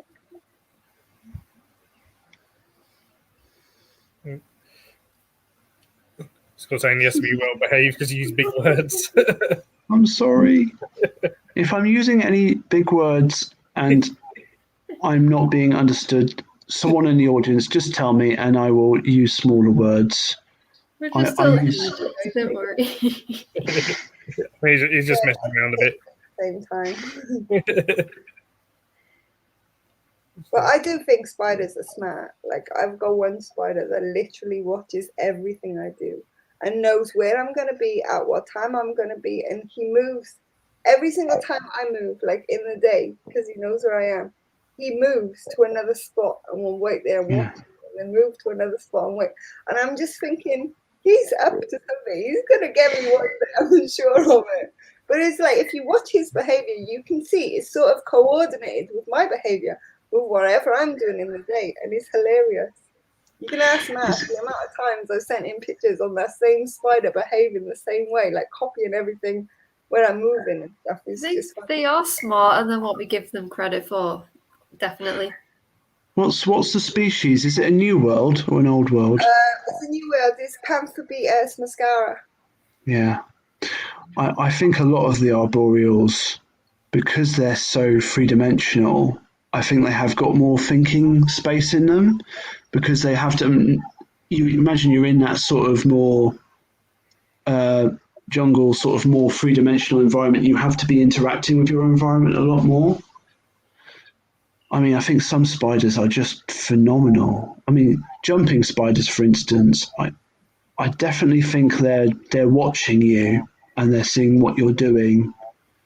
Mantids as well. I think we really underappreciate mantids. I mean, I always feel very sad about mantids because they're one of those animals which they have so much personality in them, but they don't live long enough to justify the personality that they have, like rats. Like they live a year or two, but they've got this personable nature to them. I definitely think my spider was watching me all day. And my spider would, sorry, I'm talking about my mantid. My mantid would actually gesture when she wanted to go to the bush. So I would bring my hand and she would go onto that, and then she would gesture when she was on the bush when she wanted to go back to her enclosure. Maybe I was imagining it. But then there are a few people that are looking into training invertebrates. I didn't see anything else on Disney, but Disney released was the other year where they announced that they had trained a jumping spider and stuff, but they didn't really. I didn't see much proof from them, but I think it's certainly possible. And I know a few people that are looking into like where we can train mantis to like fly on cue on demand and stuff. And there's potential there for training, which I suppose in the zoo setting, obviously we train the mammals and stuff for veterinary care. Whether that's perhaps then possible later on down the line with invertebrates, if we can train them and stuff, to perhaps for certain sort of veterinary things. I think they can be trained a little bit. Hello, Drenarius, if that's how I say your name. Here's a question while you're on the topic of nutrition, Benjamin. In my reptile patients, I see overweight animals when they're fed overfed larvae versus adult insects. Which reptile patients? Are they omnivores or are they insectivores? Is one question. I think it's true. I think larvae definitely have a different nutritional profile to adult insects. They tend to have more fat and protein, as adult insects tend to be more chitinous. And actually, if you go into the studies, you can find big, huge nutritional analyses of different larvae and different adult insects for lots of different reasons. So I think, I definitely have observed that before, where both reptiles and invertebrates and amphibians, when they're fed excessively larvae, they tend to be more overweight, and tarantulas definitely become overweight. We all know it when they become huge, massive, big, huge things. Because they're opportunistic eaters, like they will, a lot of spiders will just eat and eat and eat until they pop because they don't know when the next meal is going to be. So mine are on diets. So one of the interesting things about insects and arachnids, Leah, is their body condition is associated with how quickly they go through their life cycle. So this is one of the reasons why you often hear about people massively overfeeding Ferrophosa blondies and Ferrophosa stermies to make them go through their life stages more quickly so they can make them big enough that they can be sold for more. But in some respects, when you feed your spider like once every day or once every other day, I think obviously appropriate to species, because some spiders do need to be fed that often. But I think you make them go through their life cycle more quickly, and then they don't live as long. And this is one of the reasons why I think mantids don't always live as long as they could do. I think I could talk for hours about why mantids don't live as long as they could do. But I've certainly noticed in those people where they feed their mantids every day or twice a day, those mantids are going through their life cycle so quickly that they go through all their instars, then they go through their adult life, and then they die earlier than they otherwise would do because their biology is telling them, I'm in an area of massive, there's so much resource that I need to start making babbas and start going through my process. So I think that's one of the things we, again, don't always appreciate. In your histology studies, have you seen anything that would suggest your spiders have the capacity for aggregating excess adipose tissue? Yes. They don't have adipose tissue in the same way that vertebrates do. I could almost demonstrate it, NDP. Give me a moment. Let me just see. So spiders have... For all those out there, what is adipose tissue? Adipose tissue is fat. So what's around my belly? This bit, this is adipose tissue. And there are lots of different sorts. Drenarius, I'm pretty sure, may potentially be a vet. I think I know who he is. So essentially, spiders do hold fat, but they hold it in their midgut diverticula. So what a midgut diverticula is you've got your spider prosoma, which has a sucking stomach, which is your foregut. And then you've got might even have a diagram of this. Then you've got your opistostroma, which has your guts in it, and they have like these bits of guts, so they have their main bit of gut, and then they have got all of these bits coming off that main bit of gut, which are attached to lots of bits of tissue, and that tissue does storage and digestion. So they do store that, and this is why the opistostroma gets so big when they're fat, because actually that's where they're storing all of their excess fat. So I've got a great image of this, which I might share with you guys. Because I did this talk for the British Tarantula Society, because I've recently published a chapter on invertebrate histology, and for this chapter I did a really good anatomy picture of a spider. So give me a moment and I'll make it up for you. Also, hello Drenarius, it's nice to see you. I hope I'm saying your name correctly.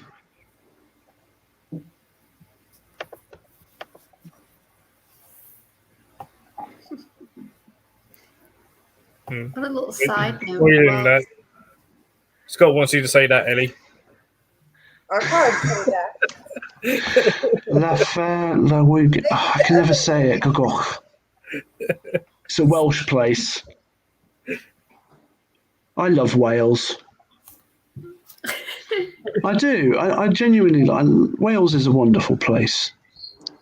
The Welsh are always so friendly. Yeah, it'd be even better though if they let us keep our reptile and amphibian species protected. That's a good point. Upset. Do you have an Instagram, Benjamin? I not sort of yet. I have a Facebook, but I can't really share it with you because it's my personal Facebook. I am starting a website. Because I guess this has been a bit of a slow burn for many, many years. Phil, I'm sure, could send anybody that would need my help to me. Can someone get his account link for Farrow? Can I come back another time and tell you guys when I've actually made the website? Yeah. That'd be all right. Yeah, of course. Yeah. We'd love to have you back. I have got an Instagram and a Twitter and several other things, but until I've got the website up and running, it's sort of useless. That's okay. Because Jack loves sperm whales. Sperm whales. Of course. They are really interesting creatures, sperm whales. Fascinating creatures. How many tarantulas do you have, Benjamin? Just 3. 3. I don't have many. Just 3, I know. I would have loved it if I could only just have 3. How many have you got, Ellie? I don't remember. About 57. Okay. I love my wife and she is in charge.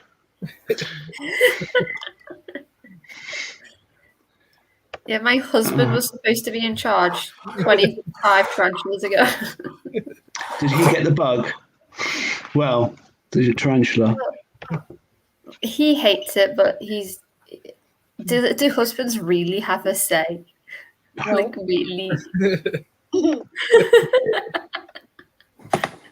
So is this being shared? All right, just adding it on. Yep, it's on there. There we go. I'll put it full screen again.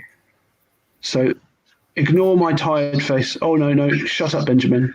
So this is an up-to-date picture of a tarantula. So again, I know it's not perfect. Am I allowed to save that picture? Yeah. You can, but the copyright belongs to me. And it's in a chapter. But yes, I've put it in. It's been on the net several times. I'm sure you could screen share it, print screen it.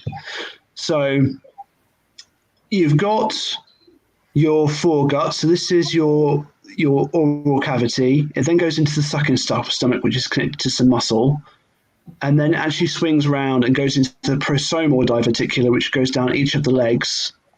They've got really freaky guts, and then it goes down into here, where it then goes into the luminal gut, or the hind gut, and then from this come loads of different. They're called diverticular, but basically they're blind-ended bits of guts, which are then surrounded by storage and digestive tissue, and it's there where they store. And this sort of has several purposes. It has the purpose of holding, storing energy, and digesting, and multiple other things. But it also has the purpose of holding it all together. So this midgut diverticular tissue almost acts to hold everything in the opisthostromal where it needs to be. Essentially the answer is yes. So if I was to take a section of this bit here, I could tell the difference between a fat tarantula and a thin tarantula by seeing the amount of midgut diverticular that is there, but also the composition of the cellular structure, to answer Daenerys's question. Leo, we can't do a quiz on that because it'll take me ages to remember them all. Leah, for one of her ones on this, she done a quiz on like tarantula anatomy and stuff with punishments if we got the answer wrong. So you ended up with me working live on the internet for the first time. I think me and you, Phil, ended up taking the brunt of most of the consequences. Yeah. Yeah. Oh, nice, Jack. Tea vegans are awesome. Any pro tips for care for tea vegans? At least 30 centimeters of substrate, I would say, which I know is really, really dramatic and ridiculous, and you can throw something at me later, Jack. But I do think tea vegans, I'm assuming tea as in bee vegans. Well, you can be yeah, I'm really sorry, Jack, that I'm going to have to get used to that. Damn the taxonomists doing their job so well. So I think they need a lot of substrate, and they ideally need a substrate which is burrowable. So I tend to go for a mix of some. I really like coconut coir, but I like to mix coconut coir with something else more organic, which can actually be basically keeps its moisture more readily and holds its form more nicely. So have a look at the mixes of substrate you have and try and create something that can be burrowable, or even try and produce something that's almost a bit of a natural burrow already. I resist the urge to throw something. I know it's really frustrating because I'm saying this, and it's frustrating for multiple reasons. It's frustrating because if a spider mostly keeps itself in its burrow, it's not the most interesting thing in the world. So again, I try and encourage them to burrow in a certain place by having a bit of an artificial burrow already there that's on the side of a window with that bit actually made dark, because then that means that you can then see it in its burrow, which is actually in some respects more interesting. But yeah, it is frustrating because I don't think we really have enclosures designed for that. often the exoterras, I'm assuming you're UK based, often the exoterras Yeah. are not great. What I have found is if you have a slope of substrate going upwards, that would work well because you could have at the bottom, you could have it in line with the doors. And I tend to slope it up. So at the back, it is a lot thicker. So they can actually burrow down there. And I tend to not have the backs. I don't tend to have the backs on for the exoterras because I have, first of all, tarantulas chew through them. They definitely do, because mine definitely does, and it's annoying. And second of all, I just think it takes away from further substrate material. The other thing I would say is definitely have some enrichment in there. Don't just give them a stark background. I think that's important, A, for your customers to actually send the right message to your customers, and they will be buying that enrichment material from you because you're a pet shop owner. But also because I think tarantulas do need some enrichment material. I think they ideally need a hide as well.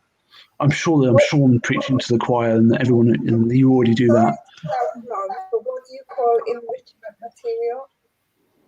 So I'll give a zookeeper's answer to that. Yeah, because it'll be as good, if not better, than mine. So enrichment, when we talk about enrichment, so yeah, from a zookeeper's perspective, it's essentially like toys for kids. And so it keeps them entertained. So like the zoo, things like the tigers, we might put their food in a box or something, or up a pole or whatever.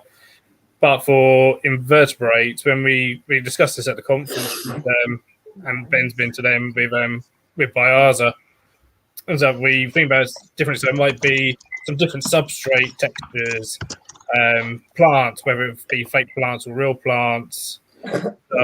So it's not always necessarily toys, but it might be changing the environment just a little bit and stuff, putting something different in there for time, novelty items and stuff. So if it's something that climate, if it's an arboreal, changing the bit of cork for a different shaped bit of cork, putting different twigs in, things like that. Changing humidities if it's one that goes through different seasons, trying to match the seasons and stuff. So it's just like little changes. So it's not just the same thing every single day. Okay, so pretty much then what I do. Yeah, so like a lot of mine, I'll put in some bits of gravel in or whatever. And, they'll perhaps bury it, but that's giving them something to do. Yeah.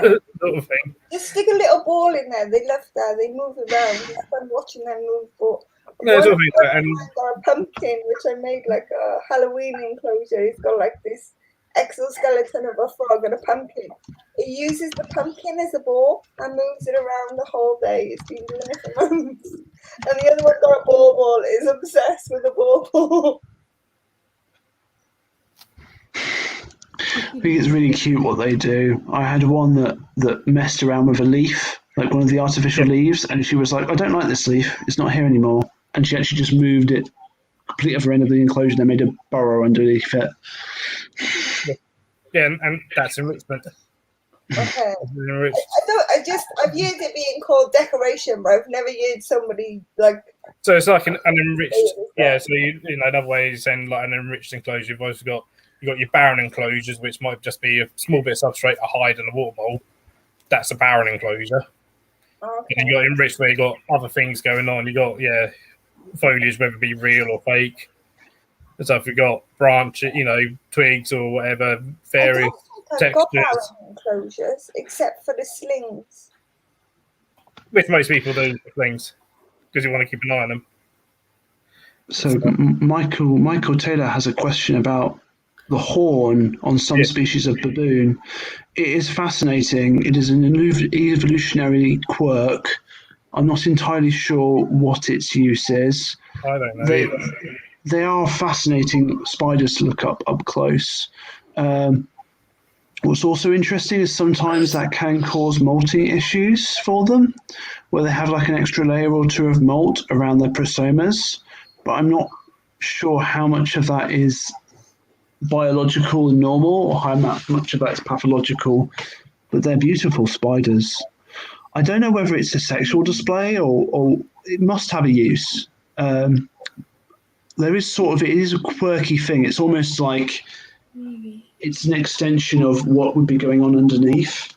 I wonder sometimes, but yeah. Do you have? Is the question of why the horn is there, or is the question a question involving the horn? I mean, probably more. Yeah, why do some have that horn? Yeah. Because obviously most species of tarantula don't have a horn. Question for the ages. I'm not sure why. Yeah, maybe one of those things that we haven't found out yet. I had the feeling that it was part of evolution. It's not that, it's because if you look at most spiders on their carapace, they have like this indent. Yeah. It always goes in. But yet these real horn baboons and these are the straight horn baboons. Yeah. It starts off with, like, as a baby, they don't have them. They have the indent. Then as they grow bigger, it starts coming through there and poking out. I'd have my dog thrown at me. Like my darlingy is about 4 or 5 centimeters now, and it's just he's lost the dent, and now he's got a tiny little stub, like just a little bit of a thing. It's not quite grown, and it's not quite the hole yet. It just comes through a little bit later in life, don't it? It's quite cute how it happens. Okay, it is the fovea. What's interesting, sorry about that, Griff. So my dog was distracting me and my brother. What's interesting about that fovea, the groove, is that's where all the muscles are attached to go to the stomach, sucking stomach. So you wonder whether it's involving that in some way. You know, I've not actually done histology on one of those horns. I'd love to. I'm sure I'll get the opportunity to at some point. If you cut a scalpel down the middle of the horn, what would be in it? Do you think it would be? Is it solid? I don't know. I don't think it is solid because I've done a few clinical exams on them and they don't feel solid at all. It wouldn't surprise me if there was some muscle in there. Maybe it's a super sucker, Scott. Maybe. I do wonder. I used to think it was like a kind of like a vibrational antenna thing, because you know they're 9 times out of 10 always in a burrow. So you know, like if they digged it in the burrow and then they feel what's going on at the top, you know, like a little feeler. You would see lots of nerves in it. I kind of want to get one now. See, I would never maybe open it up to have a look. I'm not that brave. They are quite pretty things. Speaking of the ones I've seen, they're quite pretty things. I mean, all spiders are pretty up close, though. I love spider toes. Why don't camel spiders have humps? Because they have massive jaws, Scott. They don't need humps. That's actually a very interesting comment, Taylor, about they live in a dry area. They use it for pulling small out of waters. I'm at some point I'll get an opportunity to do histology on it, and I'll find out. I'm probably going to disappear in about 5 minutes, guys, because I have a wife and dog. That's okay. Yeah, it's getting pretty late. Sunday nights are always my latest. Does anyone have any last questions for Benjamin before he has to shoot off? Will you come on again and do a part 2? Yeah, quite gladly. I love talking about invertebrates, and I love talking to invertebrate owners. Also because I'm an invertebrate owner. I love inverts. They're amazing. I adore them. Will you make a Facebook page just so we can contact you if need? Yes. What I would say is perhaps what we could do is we could put the Veterinary Invertebrate Society Facebook page on. Yeah. I'll just put it in the chat. Phil, if you put that on the thing. Let me get that up. Yeah. Also, I've not talked about the survey. I was just about to say that. Just reminded me, actually. Yeah. Yeah, definitely talk about the That, survey. that one that was on Facebook. Yeah, that was me and my student. Yeah, Have you done it? yeah, I've done it. Good fella. It's Thank not you. like me to miss a survey. All right.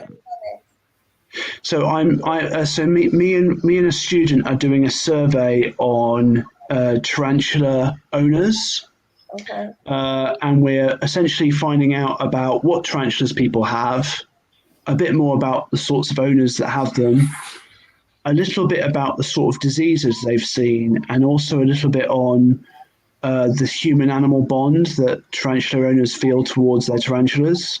You're basically that's for research then. Yeah, well, there's a reason for it. So the reason where I'm getting all of these questions is to find out what tarantulas I need to concentrate on and what species, because I want to find out what are the genuinely most common ones, and B, so I can find out what issues people are most worried about and what issues people feel confident treating and don't feel confident treating, so I can concentrate my efforts in a more directed way. I think the reason we're asking a lot of the sort of animal owner bonds is actually to establish things for the profession as well, because I think I don't know what the results are going to be. I think some tarantula owners are much more pragmatic and much more, it's a spider, I have 10,000 of them. I think other tarantula owners are very bonded. I just think that's an important thing for us to acknowledge, because just give me a moment. My wife is calling. I just need to. I'll finish in a second. I would say I'm a bond donor. Would you not? Do you guys not say? I know Mark is, but would you guys say you're a bonded donor? Leah is. Tell you a bonded donor. A bonded owner. I think sometimes with certain individuals, you sometimes feel that way. I'm kind of on the fence. Well, I think I zoned out. What do you mean bonded? Yeah.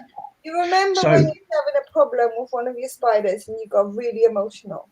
Oh yeah, That 100%. makes you a bonded owner. Yeah. You're bonded with them. You carry that like emotional side. And then also sometimes it's like, you know, it might be a one-way thing. You feel bonded, but do you feel that spider has a bond with you? No. Well, I think it's just something we're trying to find out more about spider owners, because I think it also tells us as vets how we can treat, how we can, support you guys as owners, because that's kind of what the vet's job is. The vet's job is to support the owner in doing what they need to do with their animals. That's what the vet's there to do. But I think it's also to sort of maybe challenge some assumptions that have been made about tarantula owners, or to actually find out what the impression is and what the different groups are.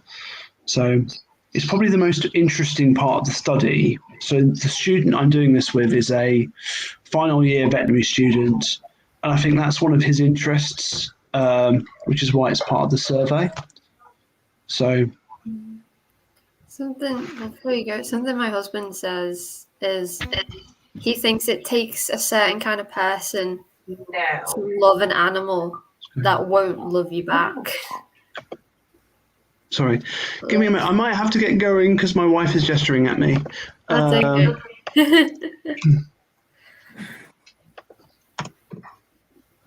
It's been a pleasure having you, Benjamin. I've learned a lot. Yeah, absolutely. I'm just trying to grab the link to the survey. So I put a link to the Facebook page of the Veterinary Invertebrates Society in the chat. If you guys are feeling really, really kind, could you share the survey on your social media?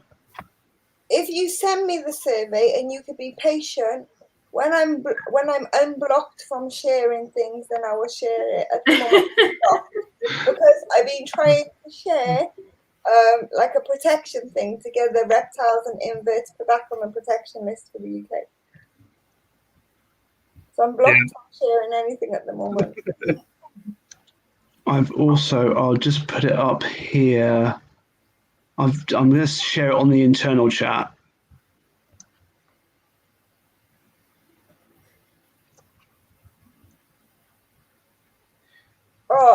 There you go. There's the actual Facebook thing. I'm sure Phil will magic it. And I will just send.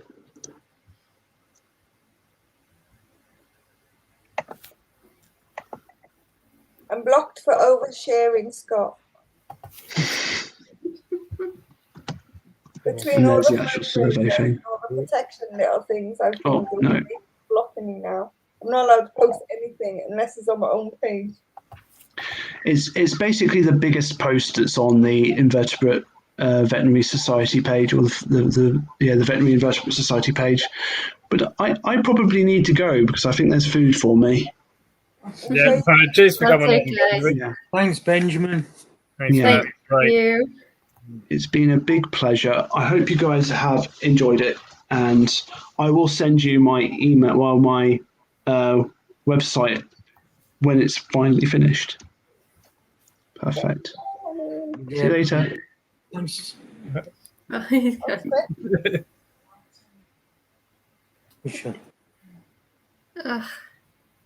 We definitely need to have him on again, I think. I love Benjamin.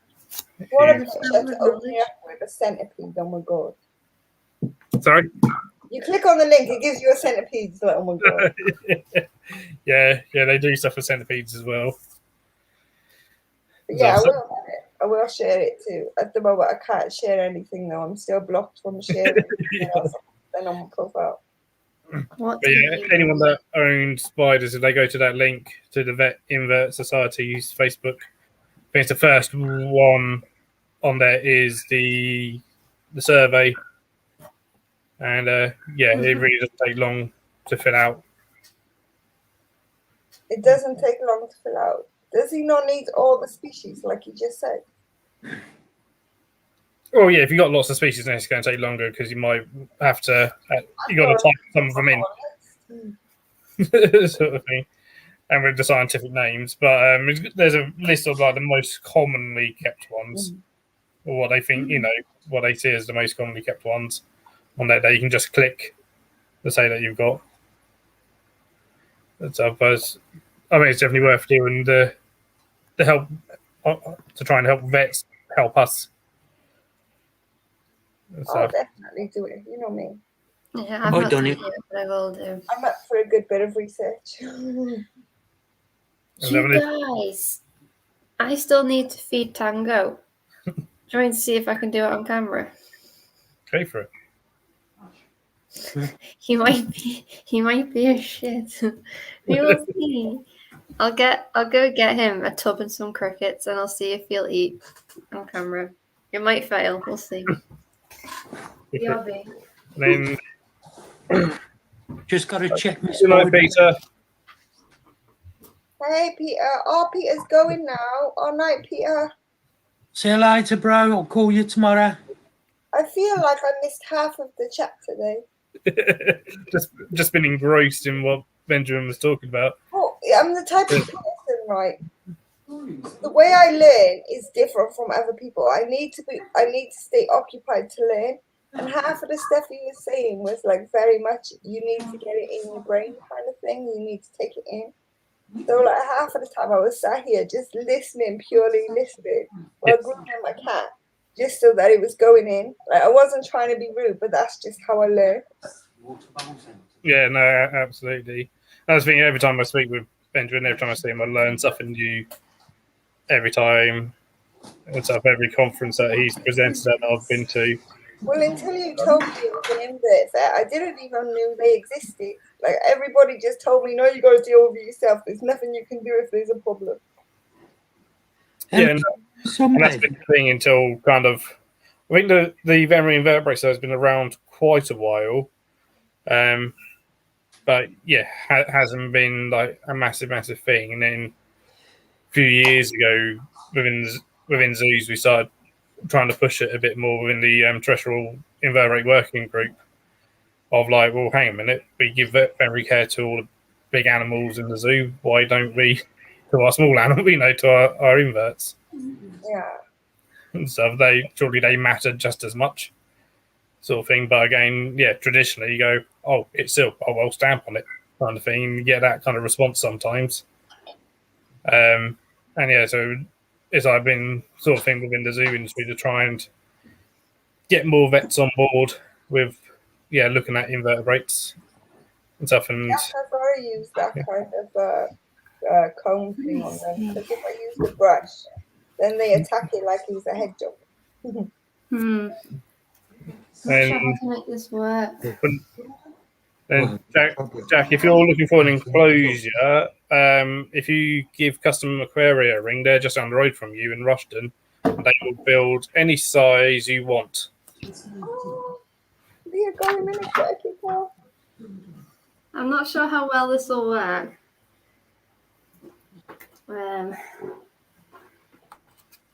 I just need to get some crickets ready. And we'll see. I'm the same. I got millions of animal brushes.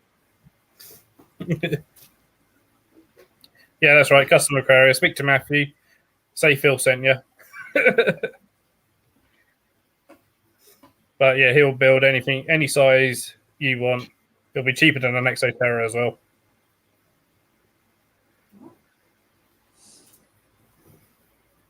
See, I think I'm quite lucky when it comes to grooming my animals. My animals love grooming.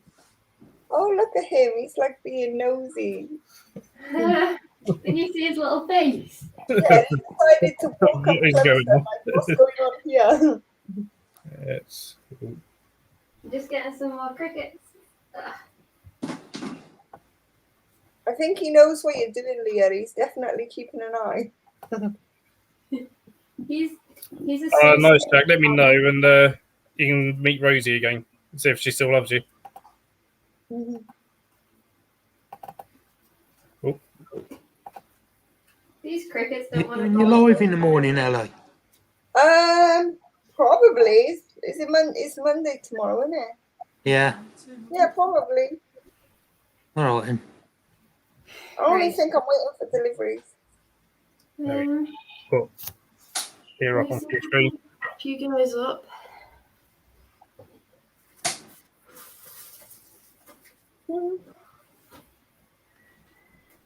Let me see. So funky looking. Nice one there. Bloody hell, Leah, 16 foot. Nice. What's going in that, Liv?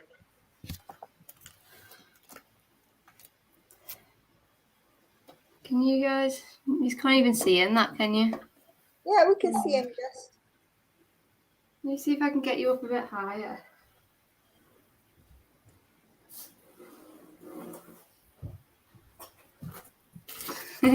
Tango's like, what the bloody hell are you doing, woman? Do you think that's better? Yeah. That way. That'd be nice, Stefan.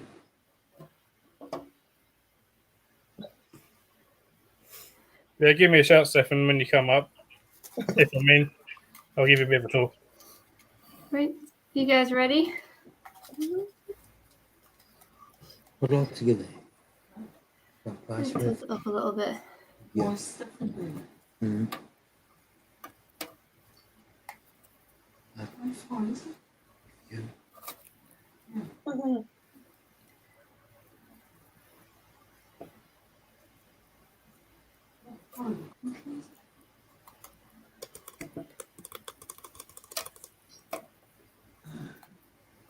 How long would it take me to get there, Phil?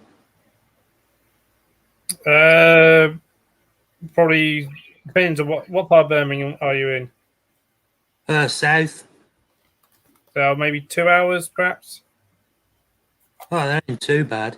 Yeah, two. Depending on traffic and stuff. I know I used to attend the West Mids Herp Society meetings in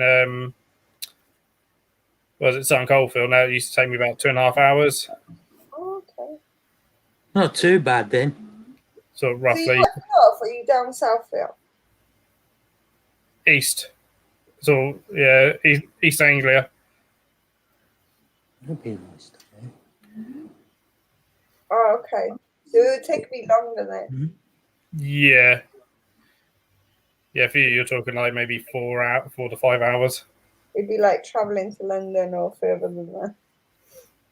Yeah, I'm about roughly an hour north of London.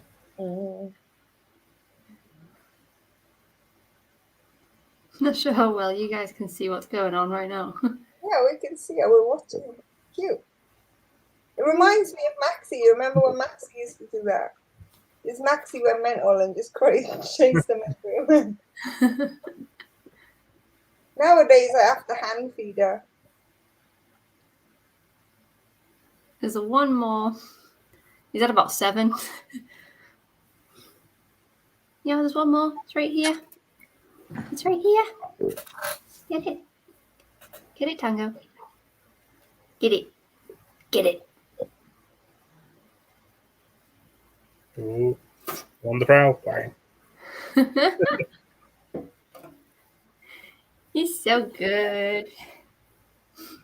He's like my little best friend. Like Tango. He's like, no. Come on, then. Ugh, I'll see if I can show his cute little face, but he's a bit you're always a bit flighty, aren't you, after you eat? He gets himself all worked up. Oh, nice. There is something about leopard geckos. They're fantastic things. It's cute. Look at all your fans, Tango. Oh, he's like, no, Mum. I'm done. Yeah. See, you should use him as the little mascot instead of using Maxie. He's a lot more tame than Maxie. Maxie were bold. He's acting tame right now, but I promise you, he gets the zoomies when he wants to. I don't think I've ever seen a gecko with the zoomies. He likes the zoomies, don't you? So he turns 1 at the end of this month. Oh, wow. So he's pretty cool, aren't you? He's actually being really well behaved right now. I'm surprised. I get closer. See that cute face? No? He's like, no photos, please. No paparazzi.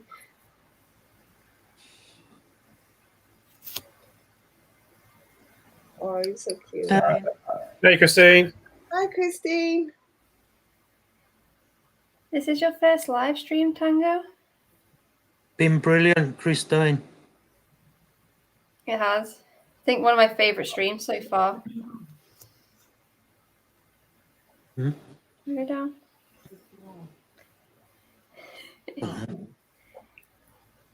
Oh, he's squishing his belly on my hand because it's warm. Aren't you good? Look at your cute little face. Oh, bye, Jack. Oh, nice. Have a good time at Longley, Jack. Bye, Jack. Take care. I'm going to go back to Longley, actually. I think I've been to Longley. Wait, go on, do it again. He's licking his lips then. Being all cute. And you, Cute. boop. Oh, good boy. I think we'll put you back, won't we? Yeah. Oh, thank you, Leah. The other Leah. So Jackie goes around on different channels each week. So subscribe to everyone that's been on here, and Spider Mum 978 as well. And does Brandon actually? Yeah, Brandon. Hi, Andy. And Carolina Spiders as well. But it should all be in the description, hopefully, everyone's channel. So go and subscribe to everyone every Sunday at 8 p.m. There was a getaway cricket. Hold on. Let me see if I can feed it to him. There's a cricket hiding in the thing. Do you wanna wait? Where can you see it? Spiders. Do you wanna? Hi, spiders.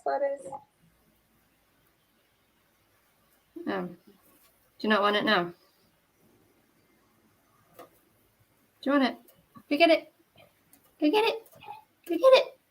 Oh, that's cute. Oh, What you a missed. Come on. He's embarrassed himself now. Stupid cricket playing dead. Oh, come on, not the tongs. Not the tongs. Get it. Get it. Yeah, there we go. Right. Whew. So, I think that's going to be my cue to go to bed and Tango to go back in his home. Thanks for sharing, Leah. It's so cute to watch him. He's adorable. He's my best mate. So, great stream. We'll have to have Benjamin back for definite. He was so cool. So, thank you, Phil, for a good stream. And bye, everyone. Thank you for Right, watching. Leah, take care. Bye, Leah. Bye.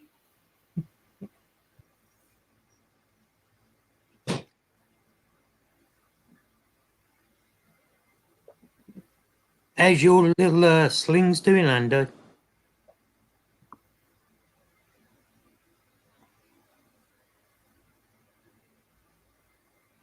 Oh, yeah, he recently bred them, didn't he? Yeah. I might be able to breed Hazel, actually. Leah's got a female, and she's like, oh, yeah, we might be able to do it together. And I'm like, yay. Oh, nice. I just don't want to deal with the babies, though. Don't think I would either.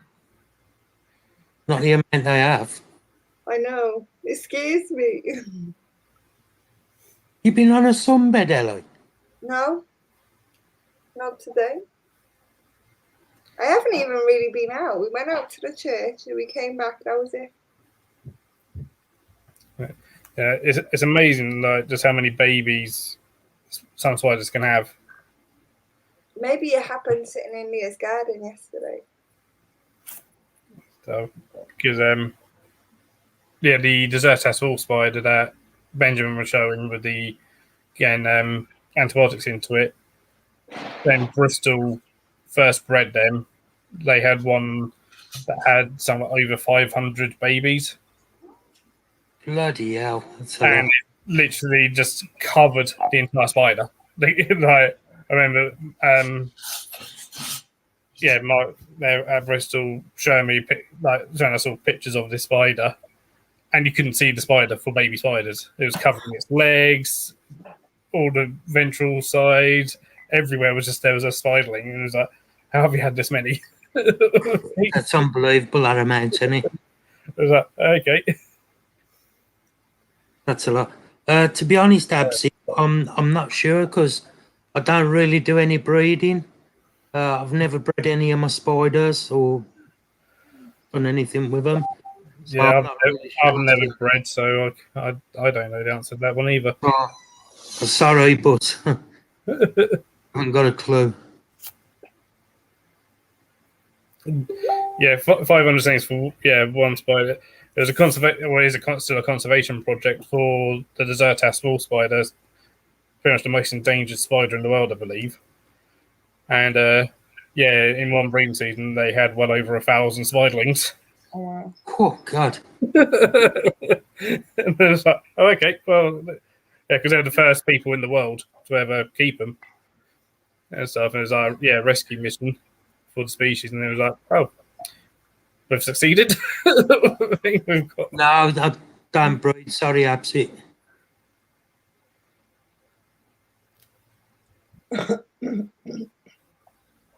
See, I would totally breed, but I want to breed the Grammostolas.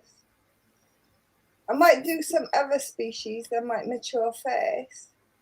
But for now, my main goal is to breed the Grammostolas. Has anybody been in touch about your olive? Your into olive? No. Nobody's got one at the moment. They haven't got a female ready. Do you know anyone, Phil, What? that's got a female Incy olive? Because Not a male. at the top of my head, I don't know. Not at the top of my head. But it's alright anyway. If Good? it dies without breeding, I will just get another one. I I like them dwarf species. There's something about them that's like really, really cute. Like, I'll be gutted if he dies, but yeah, like, I wouldn't like want to live without one. That's why Ellie likes me, Phil, because I'm a dwarf. I don't know if anybody else does this, but you know, with your males, you try and like make your brain accept the fact that one way or another they're gonna die, and you just gotta deal with it. Mm. Like, as much as I love them, it's like if once I find out they're male, I'm like, I need to big myself up to remember they're gonna die. Yeah, they're not going to live as long, regardless. Try not to get like too overly lovey with them because they're not gonna last. Well, that one that Pete gave me, that Insignis, that's a confirmed female, that is. Oh wow. So, I didn't even try sex in the INNC just because they're small. They're small. Didn't even think about it.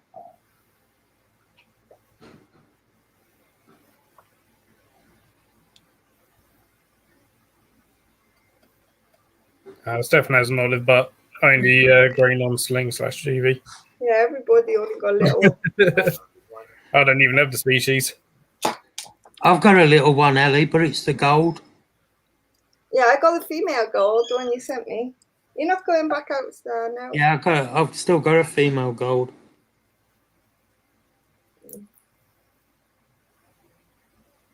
Oh, did you see that Andy's just put up? Sean Molyneux on Facebook was breeding. Ah, okay.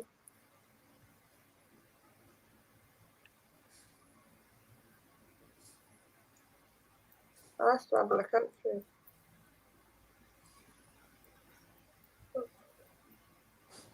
But it matured really fast though. Maxie's on hormones, I swear she is. She's been like the whole day. I fed her this morning, completely fine, no problem, interacting. Then the whole day she just sat there and stared at me, did a little wave, stared at me, Blackbeard, waved, Blackbeard stared at me. Then now she just started like scratching and digging around me. I went to check her, she was like, yeah, I'm gonna bite you. Okay. And now he's just sat there staring at me like this.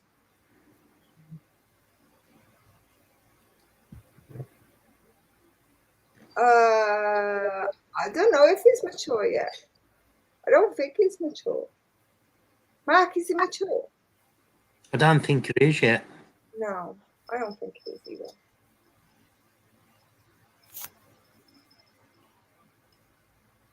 Star? No. No. She's scratching on the back door like a dog does. Size about this big.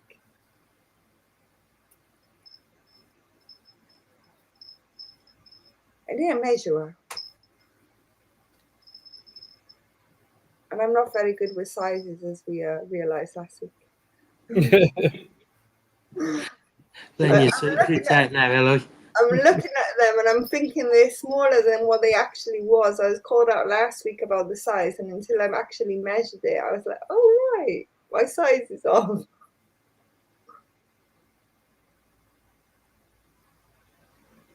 I don't know. I don't think so. She's not out there often at the moment. Like, she molted not long after I had her, and now she's hiding all the time. So I don't know yet.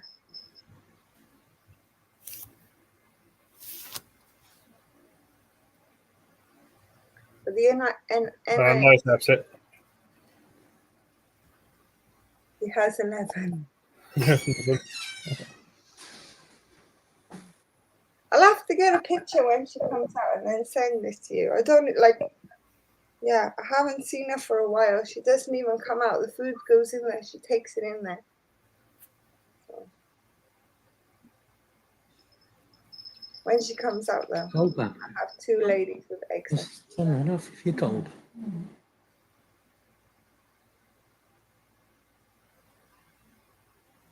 No. Don't come something better treats. No.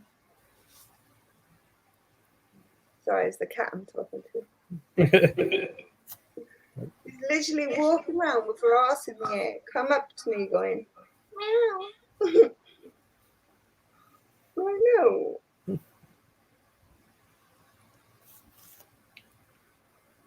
Yeah, I'll probably have to stick Maxie back in the bath tomorrow. It looks like she's shedding. He's shedding.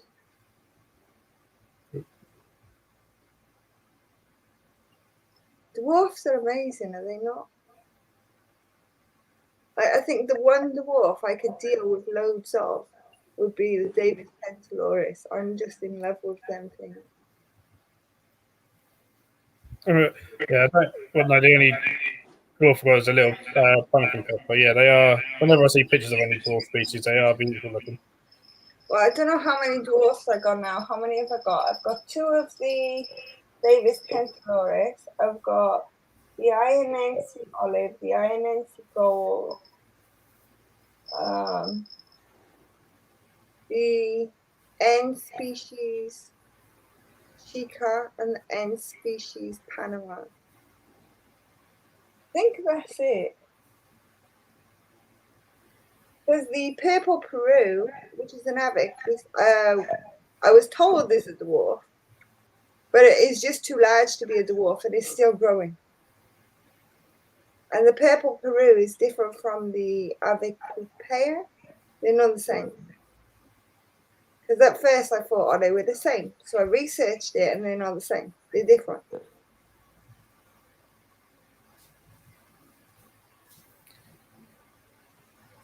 I've lost my spider again, Ella. Which one? You know me panther beaters that I lost the other day? The little escape artist. Yeah. He's Maybe gone. change the enclosure.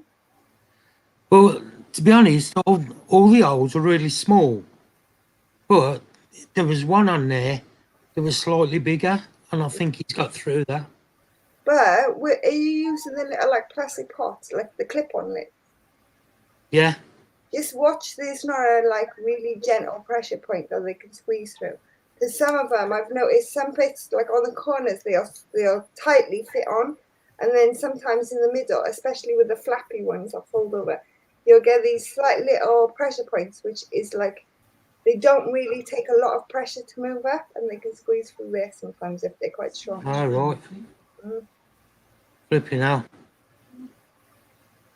I think I'm. If they want to get out, they'll get out. Hey? I said if they really want to get out, they'll find a way of getting out. I think I'm going to take it out then, the other one out, the other little sling, because it's in one of them. But I think it might be better off going in, you know, those pots that you get off Spider Shop with a little flap lifts up. See, I'd be careful because with that flap actually has a gap in it. If they wanted to squeeze through there, they could, because the gap is long ways, not like a little hole. If they can get their carapace through it, they can get the rest of their body through it. Nah.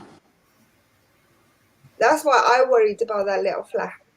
But I'm lucky that those ears don't really like, are not interested in that. They're more interested in digging. But my little Saba Blue's doing well. Oh, nice. And my little Lot Ellie's. You little lost Ellie's. Yeah, Mark Ashton's doing okay too.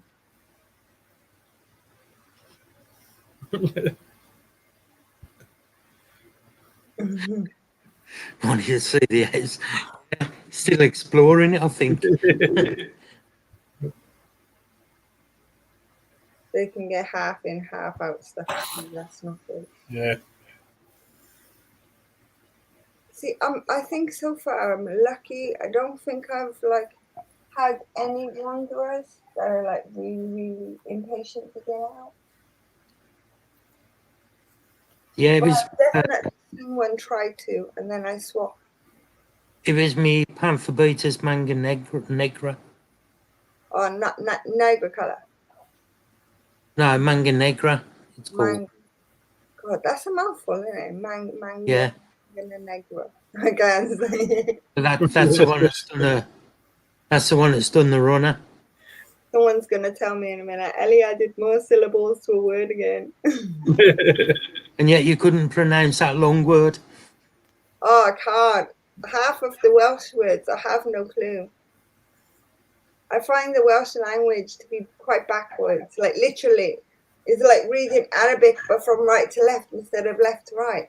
Because you know the way Arabics, they write this way? Yeah. But you read it backwards, like you write the sentence backwards, but you read it forwards.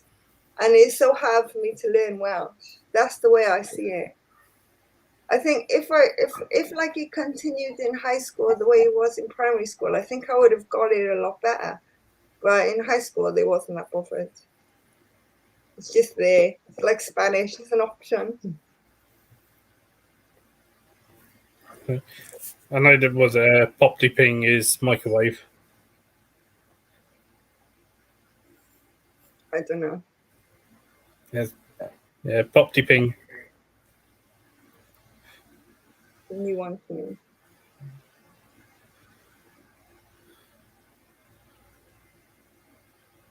Yeah, I quite liked having Benjamin on. That was good. You got some real cool friends. Yeah.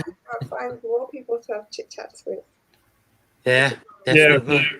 Well, when you asked me to host, there was like 2 people. I was like, oh, if I have a special guest on, and I was between Benjamin and then Steve Trim, who actually Benjamin mentioned. That's all right. In another 4 weeks, you're due to go and get planning. so I was like, if I can get one of those 2 on. Property ping is just slang for. Is it? There we go. I can't say that. No, I can't.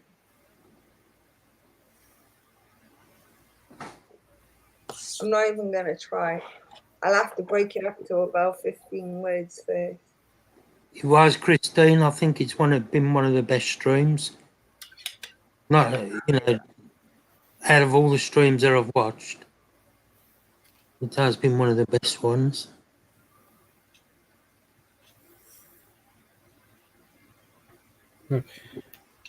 Every time I meet Benjamin, I get blown away with some of the stuff that he's been doing. Can talk to him for days just about some of the stuff. He seems to talk to as well. Yeah, so passionate and enthusiastic about his work, which is fantastic. How big his presentations was. I was shocked. I was utterly shocked. But I think, and he's got various ones because, he presents to vet students. He comes and presents to our zookeepers and stuff, and then I'm just going to mute just a second to listen to this message. No worries. Okay. See, I totally get why it's important. I wasn't trying to say like put it in any bad way. I was just like you seeing some of the stress I was going through while I was studying. Like I know how hard it is to get them presentations right, and you need to sort of put them in a way that people can understand them very easily. Yeah. And sometimes you've got to be careful you're not being over scientific or over factual. So I know they're really a struggle. So it wasn't like I was putting it in a bad way or anything like that. It was just pure shock. Oh yeah, no, I don't think he would have took it that way. I think, probably find out he's probably got at least 3 presentations for the same subject, or whatever, because of who he's presenting. Yeah, Andy. I'm glad you can say it because I can't even pronounce the bloody thing, and Ellie can't say it, and she's Welsh. Yeah, but Ellie doesn't speak Welsh. Well, learn to, woman. I'm from Cardiff. Almost nobody in Cardiff speaks Welsh anyway. You probably Where's Cardiff then in Scotland? An Arab or a Spanish or a Chinese or Mandarin or Japanese, then you have to run into a Welsh. Oh, that's great, Victoria. If I can get you into spiders. It's only taken a few years.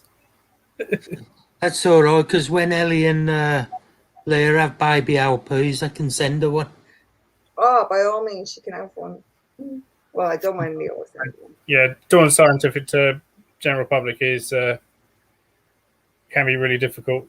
Part of my day job, and so I'll listen to the scientific side of things and try and break it down and try and make it easier for public. I think it is good for them to know, because like sometimes you'll come across something and you're trying to describe it and you don't really know like how to describe things. Like me, I'm useless at describing things.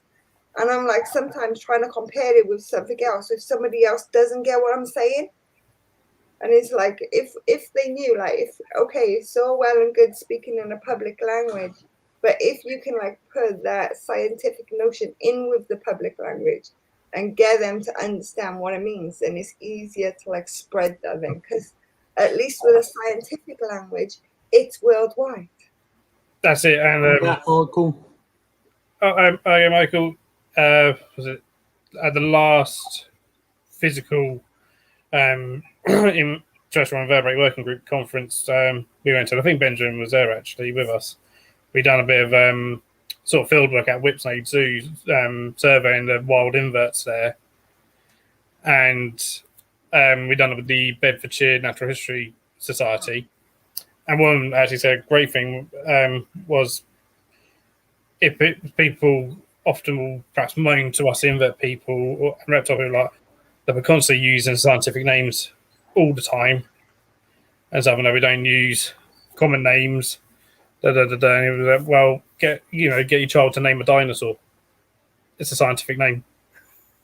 Oh, my boy is better at the scientific names of dinosaurs than I am. Like I try and say them, I'm breaking the word down like Momonosaurus, and I can't get it.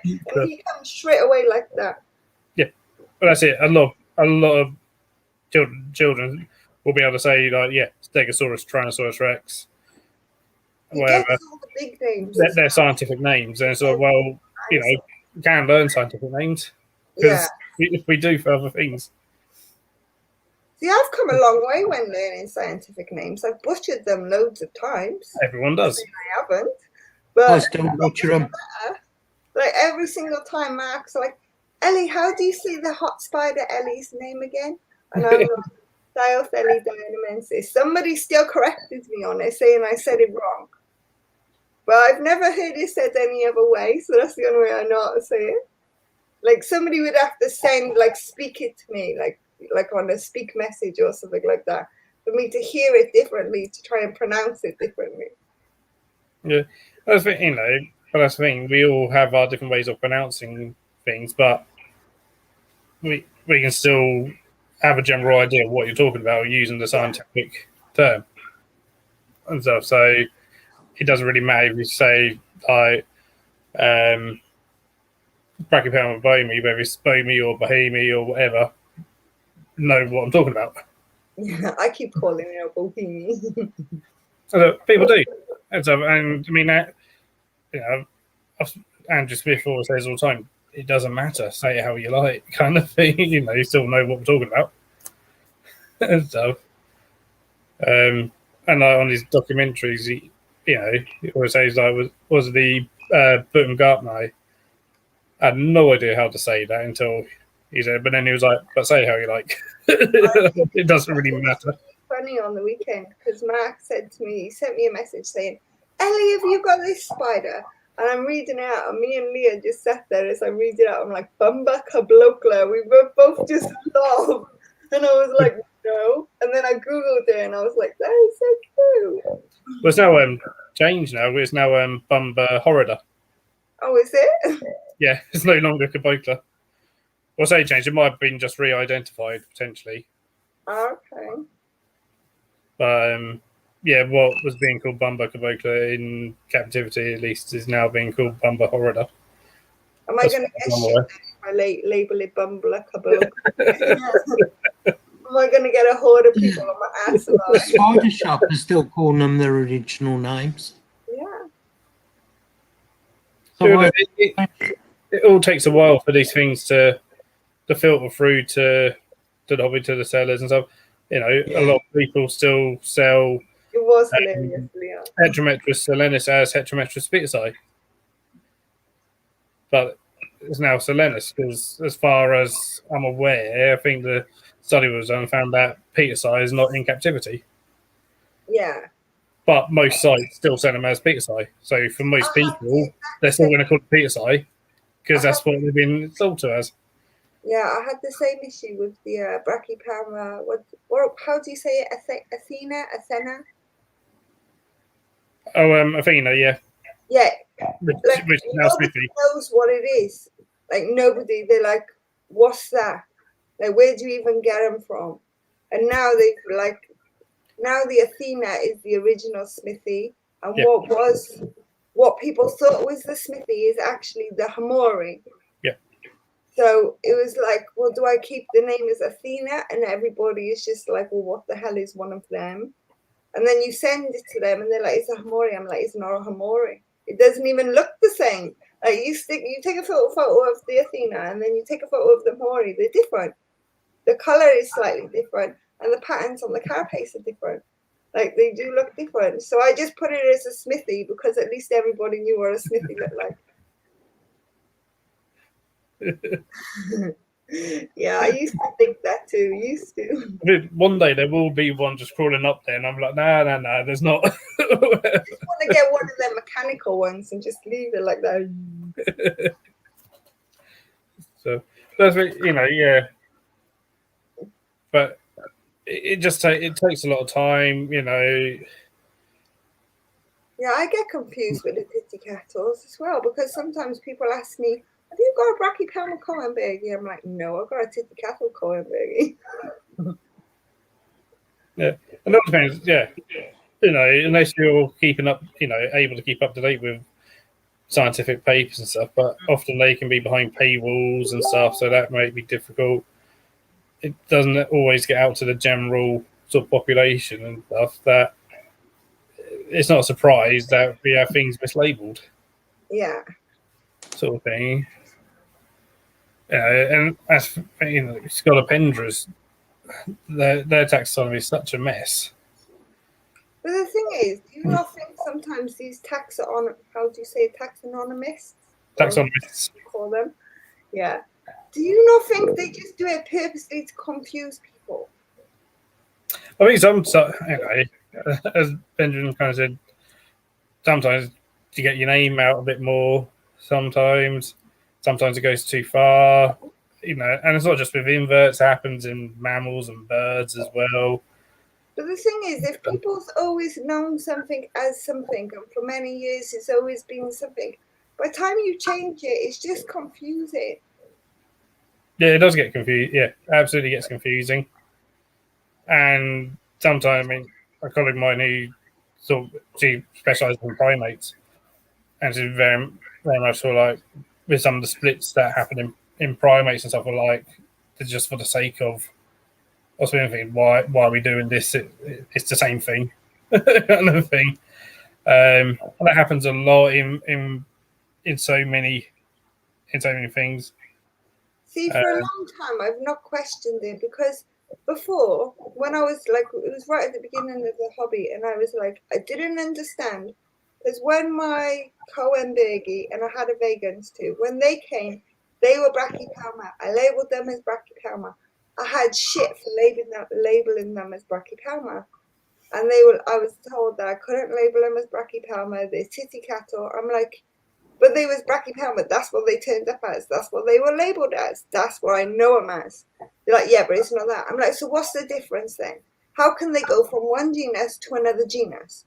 What scientifically spots them out to be different? Why were they always classed as Brachypelma before? And all I got is, they're not the same. They're different. That's why they're changed. Just deal with it. So I never questioned it again. I was just like, because it's always good to question things. It's always good to be like, oh yeah, why is this the case? Yeah, but it seems like sometimes you're not allowed to question them. You just get shut down. Oh yeah, I think that's social media, isn't it? Unfortunately, people sit behind their keyboards and they like to shut people down because they're like, oh, I'm smarter than you, kind of thing. So we're all learning all the time. So I was going to say that you learn.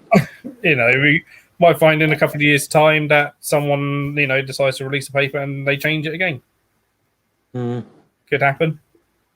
It keeps happening though, and people still keep getting shorty instead of helping people understand. Okay, well, why? Why are they changing? because sometimes it's hard to just be like, okay, they changed it, I'm going to change it. But why did they change it? Because if we've been doing something one way for their whole lives and they change it for a certain reason, do you not think it's important we know that? Yeah. So that's the way I see it anyway. So yeah, I think with the background the tackle thing, it was all the pretty sure the paper was behind the paywall. It's always annoying, so it's not easy to. And scientific papers can be hard to read sometimes. It can even be boring to read sometimes. Like sometimes I quite like scientific papers. some can be fantastic to read. It depends on the author sometimes. Sometimes it's just really, really can be a slog sometimes. But I'm pretty sure that they go probably went into that of why the changes. I think some of it was done on DNA. So, but also when you look at the ones that were sort of reclassified, they do look different. So to me, on a visual thing, it kind of makes sense. Like a Hamori, compare that to vegans, it's so different. Take care. Almost to me that kind of made sense of okay, when they did, reclassify vegans, it's why is that sort of thing? See, I find they do look different as well. Like their structure looks different. Yeah. So it made. I didn't know that when they were babies, because when they're babies, they all look similar. Yeah, exactly. Yeah. Yes, I do, Ellie. You've got a dogicus, a caticus, and an epicus. Leah just commented. She said that at the end of the day, unless you are educating people on them or actively breeding, doesn't matter if they are pets. Like imagine calling a dog or cat by his scientific name. Just enjoying them. It actually made me think, did my cat and dog actually have a scientific name? Because I've never seen a scientific name for a bulldog. And my cat is just a cat. They're all the same. So every breed of cat of domestic cat is the same species. It's just a cat, isn't it? So it's one scientific name for where in the same bulldog, same scientific name as a bulldog as for an Alsatian, same species. I never even thought of it, to be fair. Once Leah mentioned it, I'm thinking, I've never seen them have a scientific name. Yeah. Petricatus. Ringing bells. No, that's Star scratching to go out. But if I let her out now, she won't come in for the rest of the night. So I'm not letting her out. It's still a caticus. She's cheeky. Can you hear her? She's like, I think the only reason that, especially in the invert side of things, we tend to use scientific names more often is just because so many common names go for, they will have one common name but will refer to 20 species. So, whereas with a lot of mammals, there's no need to use their scientific name on a daily basis because most of us know what we're talking about when we talk about a dog or talk about whatever. So you're saying all these other things like elephants and giraffes, they have other names too? Yes. I'm gonna research this stuff. Yeah, you've got different species and subspecies. Oh, wow.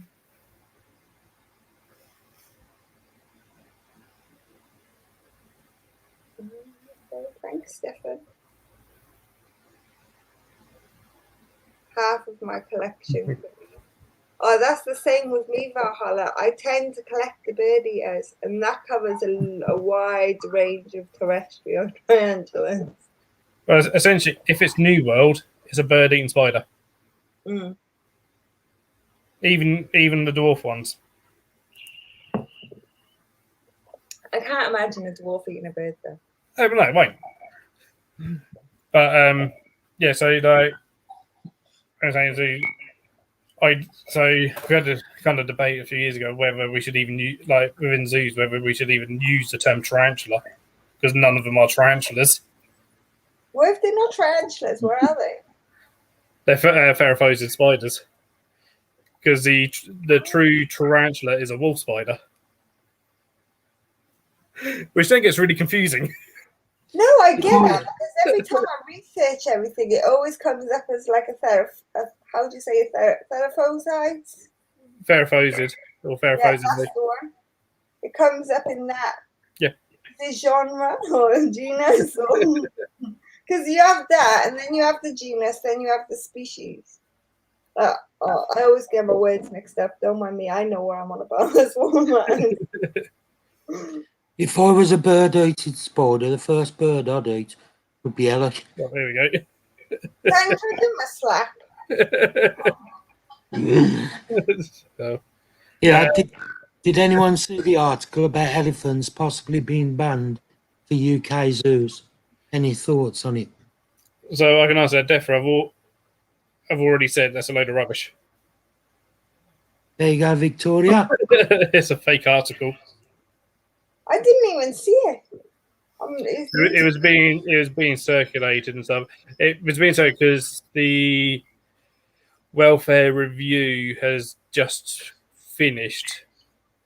Okay. And it's however many years kind of review into like captive welfare and everything else, and to make sure that because they're a controversial species in captivity.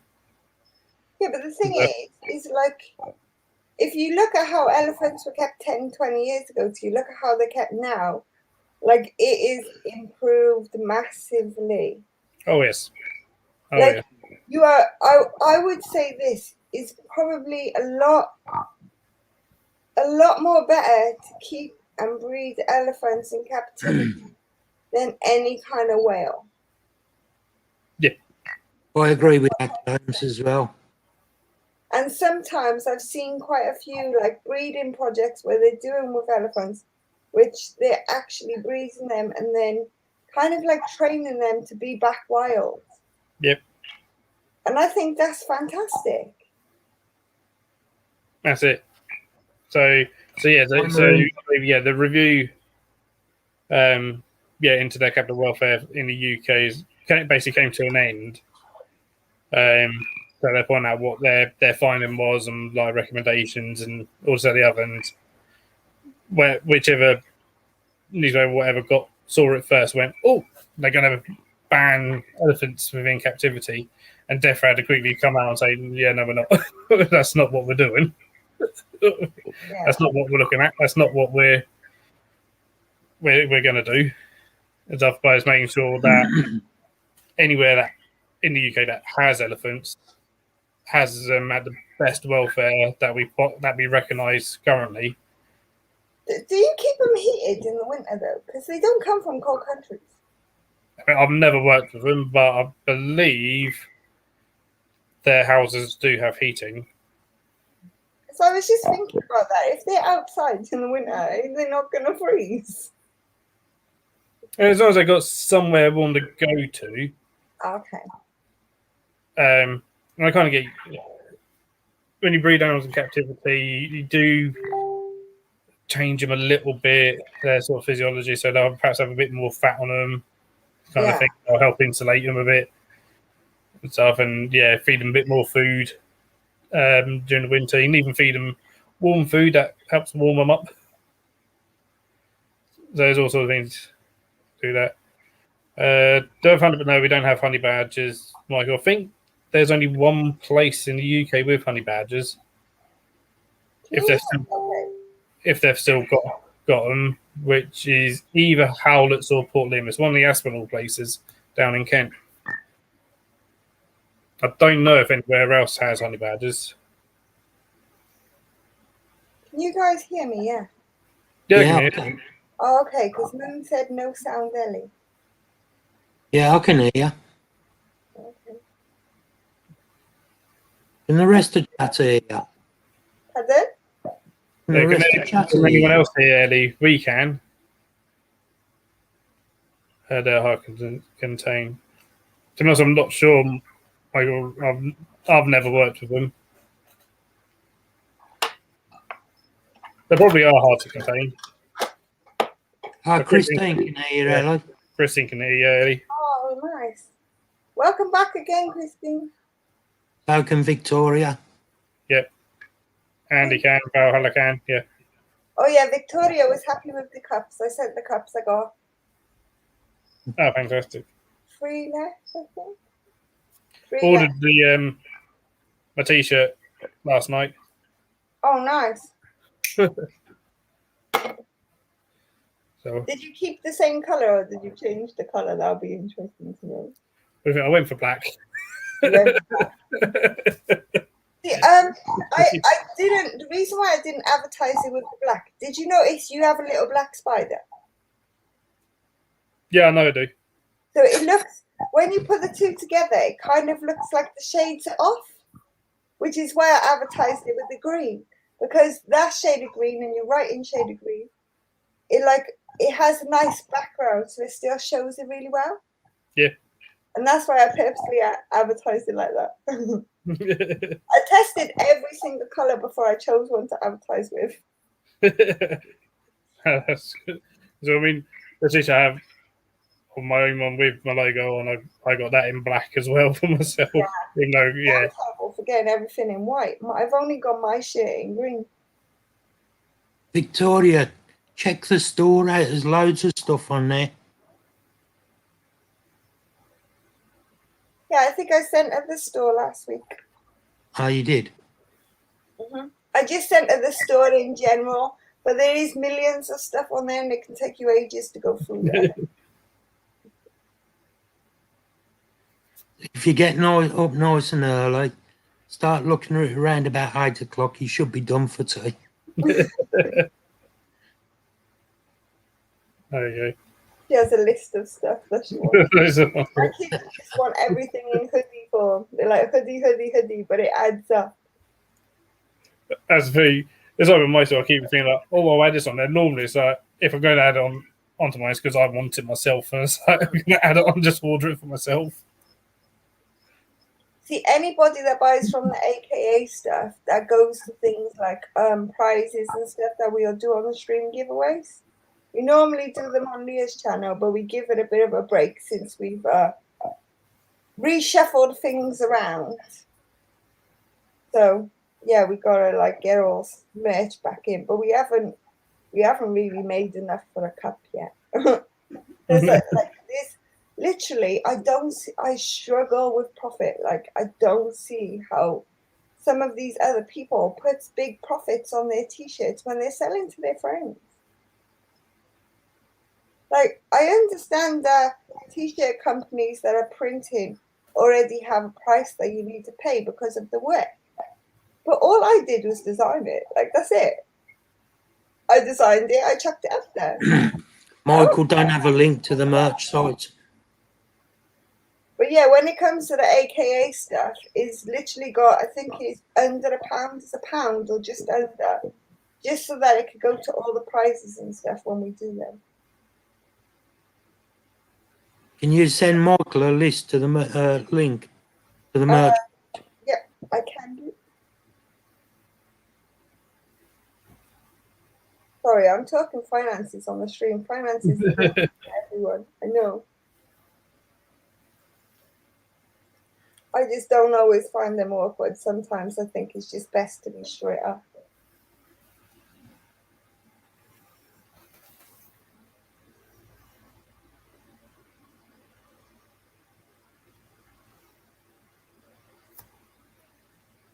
Whereas like with mine, I don't mind kind of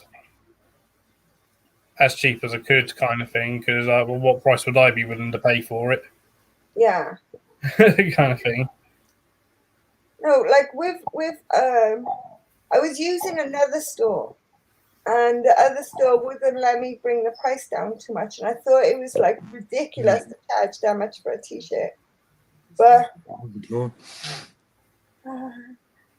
yeah, so when I found this new store that I was on, but even now you have to be careful because they won't let you put 0 anymore. Like at first I did set everything as 0, but now I kept getting messages saying we can't list this listing because there's no profit.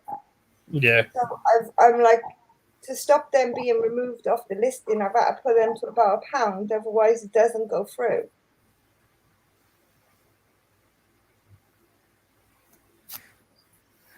But I make things cheaper where I can. Wherever I can make them cheaper, then I will. If people like want cups and stuff, they're on the website. But like I always say, well, if you want one, let me know and I'll order it somewhere else because I know I can get them cheaper somewhere else.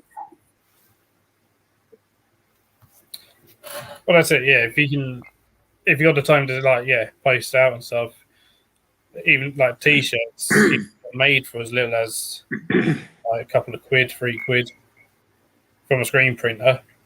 If you order like 50 to 100 or whatever their minimum order is. See, there's one stream printer that I really want to check out. But the only reason I haven't done that yet, because if you're doing a bulk order or you're doing like gifts or stuff like that, it'd be a great idea.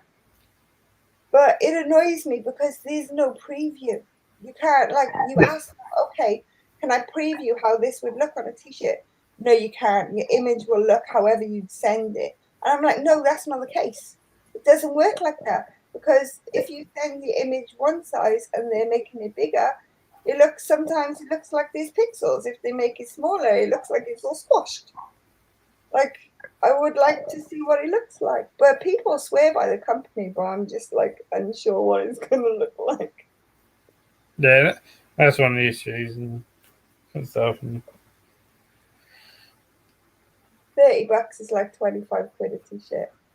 Yeah, but I wouldn't pay £25 for a t-shirt. I'm sorry, no. I have. I wouldn't. Like, if I saw a t-shirt for £25, I would be like, I'm going to your outlet. I bet you I get that same t-shirt for a £5. So, That's how at gigs and stuff. Yeah, I've paid that for a t-shirt before. I haven't really been to gigs and stuff. The only I wouldn't pay 25 quid. Is price. So Some people ain't all they're paying that.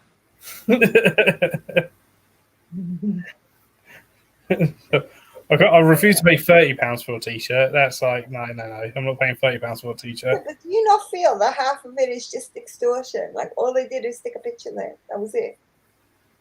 Sometimes, yeah, and sometimes it's. You know what? If somebody's embroidered, like not used the machine, but embroidered or used physical labor to make that shit for me, then I will pay it. But if they just chucked it in a machine and said, "Oh, I'm charging you 40 quid," no, what did you do, please? You chucked it in a machine. You're not paying anybody's jobs because the machine already took over that factor. Michael, it'd cost more money that way, but we could all send them a sticker and they can stick that where they want it. I don't know. I'm still a bit controversial with things sometimes. Sometimes I think it's just extortion because it does not cost half as much a year to run a machine as it does to run manual labor. Oh no, it doesn't. And I mean, band t-shirts. They've cost me like 20, 25 quid at a concert. I know full well it probably costs only £3 to make that t-shirt for them to get that. It's like kids' school uniform, though, isn't it? So the prices are charged for that. Yeah, and the problem is as well because when I used to be in bands and stuff, I mean, I've never in big bands, but for the big bands, they'll have say like, right, it's cost us this much, and we want to charge a tenner for the t-shirt, and then the venue goes, and we're going to add another tenner onto that to get our cut. That's different. Then that's the venue doing it. That's not you doing it. Yeah. At least we went to one gig I went to. The band themselves were like, they had all the merch on, and they literally put out on they were like, anyone that wants merch, buy it from our website rather than at the merch stand because they're charging you far too much. They're like, we don't agree with how much that you're being charged for our merch. This is the way I see it, right? If you pay for the materials, you pay for it to be made, and say you have a stand, you have a fee to buy the stand for whatever hours you're renting it or however it works, then you can put all them fees within the t-shirt because then the t-shirt pays for itself kind of thing. Yeah. But to a degree, £1 profit isn't going to hurt because that's taking your time to make that image, to upload that image, to send that image, to print it how you want it.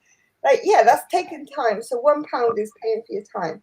But when the t-shirt is costing £8 and they're charging £17.49 for the t-shirt, it's like, I ain't paying that. Yeah, no. But every company go within limits.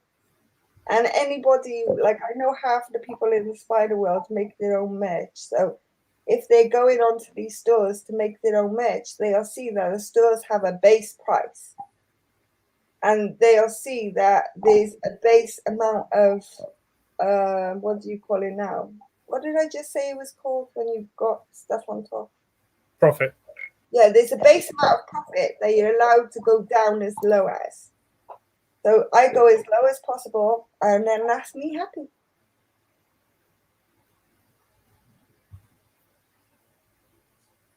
I spent 36.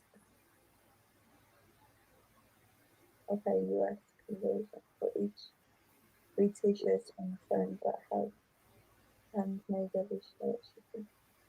See, now if she's handmade them, then yeah, like I said, I'd understand that, because me, I've also handmade the shirt before printing on it, and it took me forever.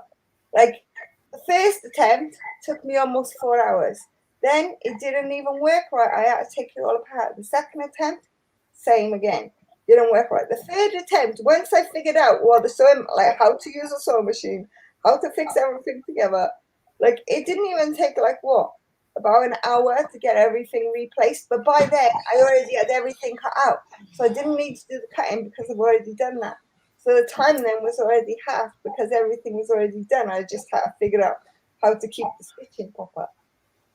So hand making things is hard. I hand make face masks, and that can take a good 20-25 minutes per face mask if the string doesn't decide to fuck up on you.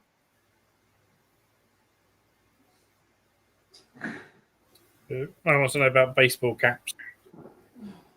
Oh, I don't have any baseball caps for sure. I don't. Do they do baseball caps on? I don't think I've come across I haven't, but I haven't really looked hugely, to be fair.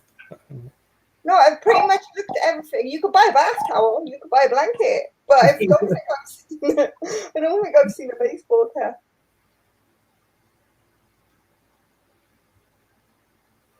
Around 18 times. Oh, that's not bad. But yeah. That's how I see it anyway. If I was a store, I was making it all myself, I had to make profit to make a living, that was my job, then yeah, I would get it if it had to be up a little bit more. But this is a hobby, not a job. That's it. I didn't do YouTube because, I wanted to do YouTube. In fact, I did YouTube because Scott pressured me to. He was like, it will help with your future. When you become a lecturer, you will learn to talk to people. Because I only started doing it because I missed doing the talks at work. Miss talking to people about bugs every day. I don't think I've got your t-shirt yet, and I don't think I've got Leah's t-shirt. I have to get them ones. I've got Mark's t-shirt. I've got Christine's t-shirt. I've got my t-shirt. Got Brandon's. Got Scott's t-shirt. No, I don't got Brandon. But I don't even know if Brandon got merch. The only merch I've seen of Brandon's is the AKA t-shirts. And I wouldn't mind if everybody had their own AKA t-shirt to wear on the stream. Then you What you mean? No, the one, your host t-shirt. Oh, that one. Like if you turned around, it would say who you are. So if nobody I've got that one. on the back, they would know then, like if someone came in late. Yeah, I've got that one. But I got mine. I bought mine purposely. I haven't got everybody else's. But I was thinking of changing them later and putting a name on the front. Well, after I've just got one of them. Not now, Mark. Later. Not any time now. I'm happy with how they look now. You know, after so long, you need to change it because it becomes too old. Like that was then. You need something new to keep it fresh, to keep people interested. Got to keep up with the seasons, Yeah. with the fashions. We're having the summer season now, and then we'll do a winter season. Next, you'll be wanting one with Christmas trees on. The Christmas special. To be fair, I haven't thought about a crystal special, a Christmas special. Do you guys have Teespring in the UK? Teespring is in EU, so there's a store in Europe somewhere, and there's a store in America.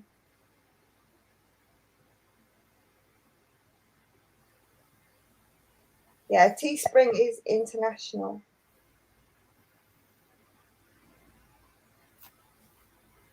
Yeah, that's why I went with it, and it looked the easiest out of the ones and looked like the most professional out of all of them. I like Teespring. The only thing I find annoying about it is they charge you postage for every single item. So your bill will go from being like, say, £15. So you'll have a t-shirt, which is like, say, £11. Then you'll buy a cup that's, say, £7 or £6 or £7. You'll buy them together, that'll be £15. Before you get to the checkout, you'll see you're being charged $7.99 for one delivery and $3.99. And you're like, what the fuck? Yeah, I realised that when I ordered like my own stuff as like the samples and stuff, and also had to check to make sure it was being sent from the EU, not from the US. Because I went to one thing and it was like the shipping was more than the actual price of the product. I was like, what's going on? Oh, that's why. They don't do in the EU store. Some products they only do in the US store. But I think it was like one that for a couple of things where they done them in either, but one that was going to US rather than EU. That'd be pretty cool. So Victoria makes different baubles and stuff. Victoria, I don't know. Very crafty. But you can get these baubles where they're all like clear, and you can decorate two sides with like things that you can put in to shake them around and stuff. And then in the middle, you can put like an insert of a picture, so you can have two different pictures on each side. I think they're really cool. I've never noticed that. I've always received most items individually. That's why we can do. Yeah, all the items come individually. I think I've only ever received 2 of the hoodies together.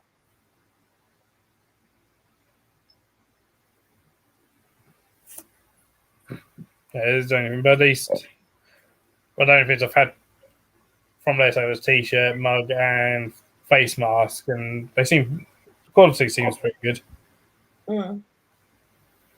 Yeah, I like the quality. Even their t-shirts are good quality.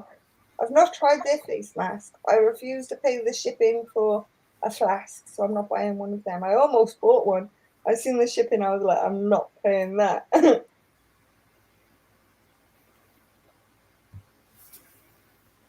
Yeah, I do some of those too. I also print on the bauble. Oh, that's cute. I'm not a really Christmassy person, though, to be fair. Not. Like, if I could get away with doing Christmas altogether, I would. Yeah, and me. The only thing I like about Christmas is not baubles, but it is decorating. I got a thing for starting in October. Halloween in October. Yeah, literally the day after Halloween. It's like we do the whole Halloween thing the day after. I'm putting up Christmas decorations. Sandra likes to have the tree up, but I ask her to put it up Christmas Eve and take it down Boxing Day. See, what I do. Well, the best place for a tree is in your garden. Yeah, because we enjoy the decorating. I think it's just a family activity. Like, baubles are not my favourite thing to do. I changed them last year, and I've changed them all to like little wooden ornaments. I'm even like trying to make my own little wooden ornaments. Don't like the idea of baubles. I don't know. I bet your baubles are nice. Well, you can keep that. I don't really do baubles. I'm not a fan of baubles. But yeah, I've been changing all my little ornaments to like wooden ornaments because I think the wooden ornaments are well more cuter. But we can spend for hours decorating as a family. It's just the like activity that you can do together. That's the only reason we do it. Is because we love doing it. We stick on music. We have hot chocolate. Well, I don't have hot chocolate. I think it's awful. The kids have hot chocolate. I like Sometimes that with marshmallows. oh, we make gingerbread houses. We make Christmas cookies. Like we have the whole thing going on. Halloween starts here on the 30th of September. Do you know Santa's got a rubbish sex life? Trust you, man. Because He he only only comes comes once a year. and it's to empty his sack.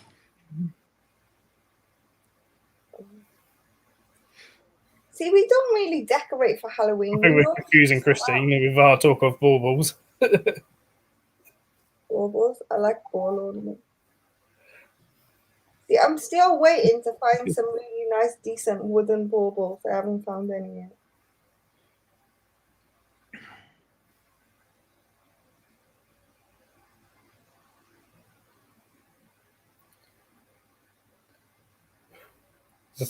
So baubles. Yes, Christina, bauble is a wood ball ornament for the Christmas tree, or Christmas ornament. Sometimes they'll be glass, sometimes they'll be plastic. Yeah. Do they not call? Oh no, they call them Christmas ornaments there, don't they? That's if you're sad enough to have a tree up. We have 2 trees.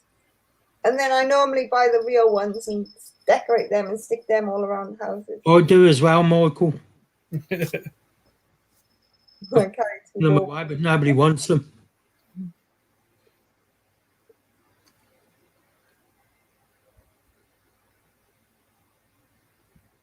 I sometimes forget Americans say things differently to we do. Yeah, we're just over confusing anyone in America. See, I don't think it's overly confusing. I just think like Crystal, she watches everything American, right? So now she doesn't have hot chocolate. She has hot cocoa. I'm like, Crystal, is hot chocolate. She's like, no, Mum, it's hot cocoa. No. She watches everything pretty much American. She's like, Mum, it's not called that, it's called this. I like one time I was telling Dom, on a pavement, don't go on road, it's dangerous. Mum, it's not a pavement, it's a sidewalk. You have to give instructions. But, oh, it's a pavement. It's a pavement. It's always been a pavement. Pavement or path? She's hilarious because every time she has an appointment for the optician, she said, Mum, am I going to get new eyeglasses? I'm like, Crystal, they're glasses. Glasses, yeah. Eyeglasses. That is hilarious. That's it. Years ago, we had one of the keepers here from Minnesota, and we always used to confuse her with with just saying things. I find it totally hilarious, though. But you would think by now I would be kind of like, okay, I'm this type of soppy person, which you might not always see it. But the minute the Christmas channel comes on the TV, you know, that Christmas 24 and the rest of it is permanently on my TV. Like, it just stays there. You know, when the movies are finished, you have that, like, kind of like fireplace. I love watching that. I just leave it there the whole day. Like, I am kind of that, like, love story, like, soppy person. But it's really odd because I don't like chick flicks. I only like the Christmas one.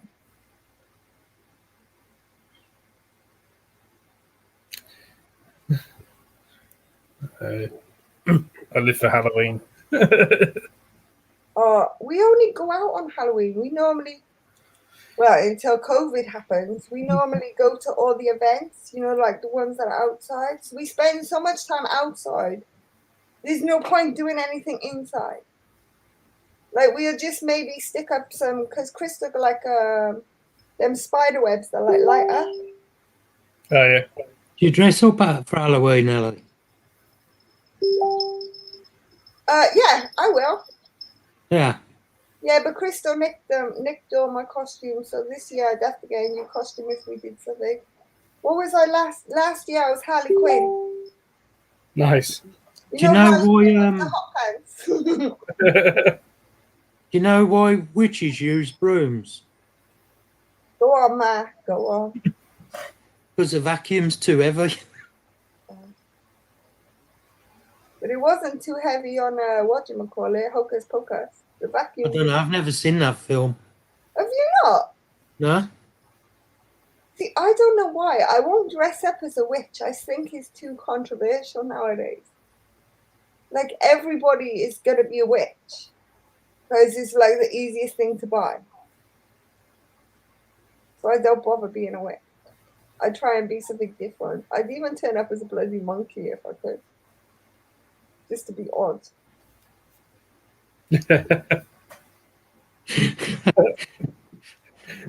Maybe that should be the next range that we do, is a range of pants. Mm-hmm. Yeah, they do pants, but yeah, they're expensive. The trousers on there. Even the leggings are expensive. I think we're talking British pants. Oh. Do they do pants?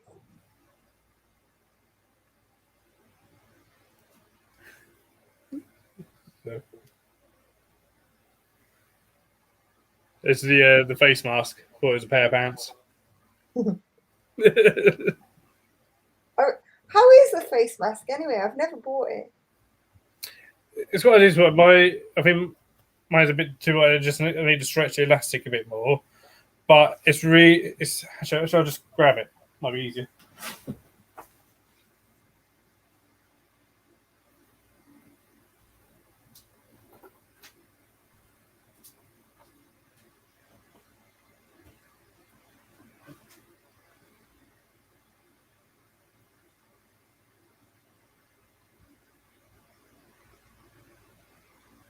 No idea, Michael, but the suction's got to be better. Hang on, I missed that.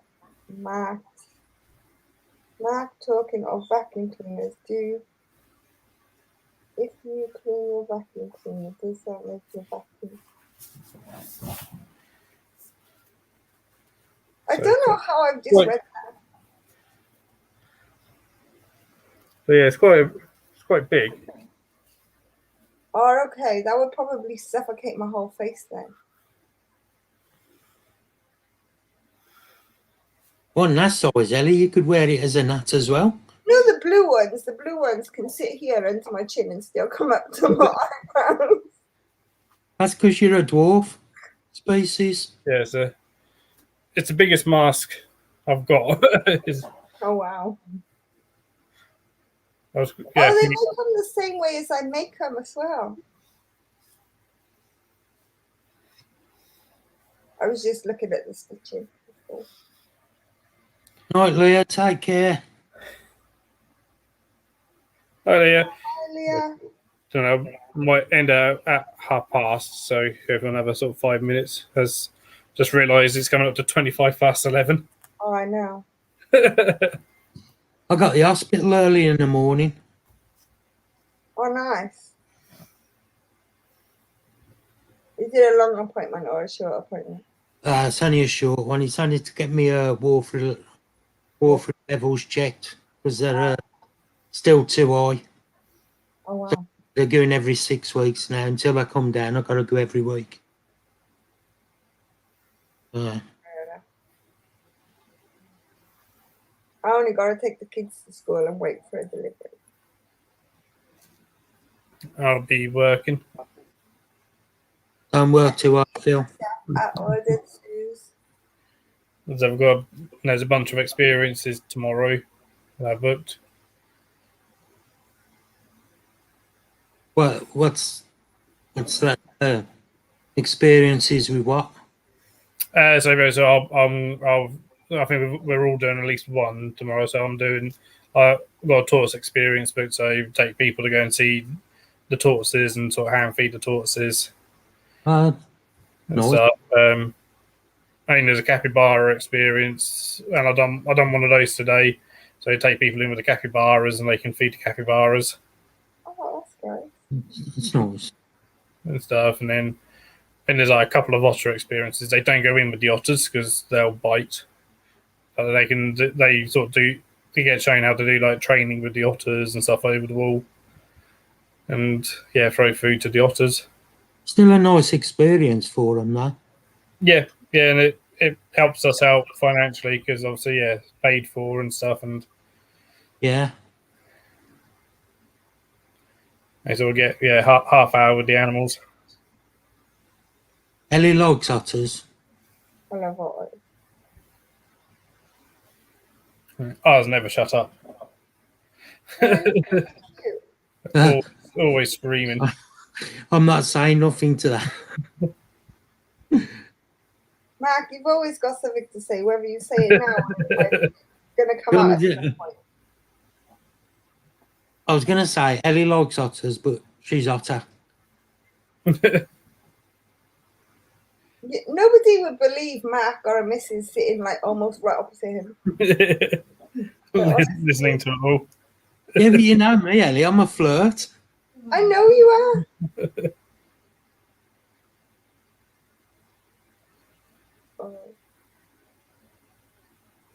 Oh, what's happened? Oh, he's frozen. No, you're not frozen. Mark's frozen. Yeah, Mark's frozen. Mark's gone stiff. You got too excited. Bye, Christine. Oh, night, Christine. He's completely frozen. Oh, that's funny. Well, it's come to the time to end the stream anyway. Yeah, I'm just about ready for bed. I'm yawning my head off. No, he's been challenged to a fight now. Oh, he's gone. There's Lost no point fighting over me because none of them will get me anyway. I'm otherwise occupied and will remain that way.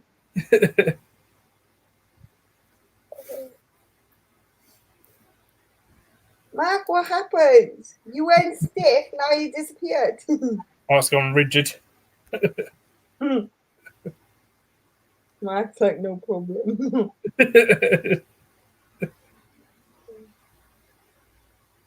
But anyway, guys, it's time then. So, cheers everyone for watching and being in the chat. Hopefully, everyone enjoyed Ben, especially with Benjamin on the stream. Yeah, so I certainly learned some things. So, night, everyone. Have a good evening. Night, everyone. Whose channel is it on next week? Leah's. On Leah's channel next week. Yeah, Leah's channel next week. Cool. So, right. Bye, everyone.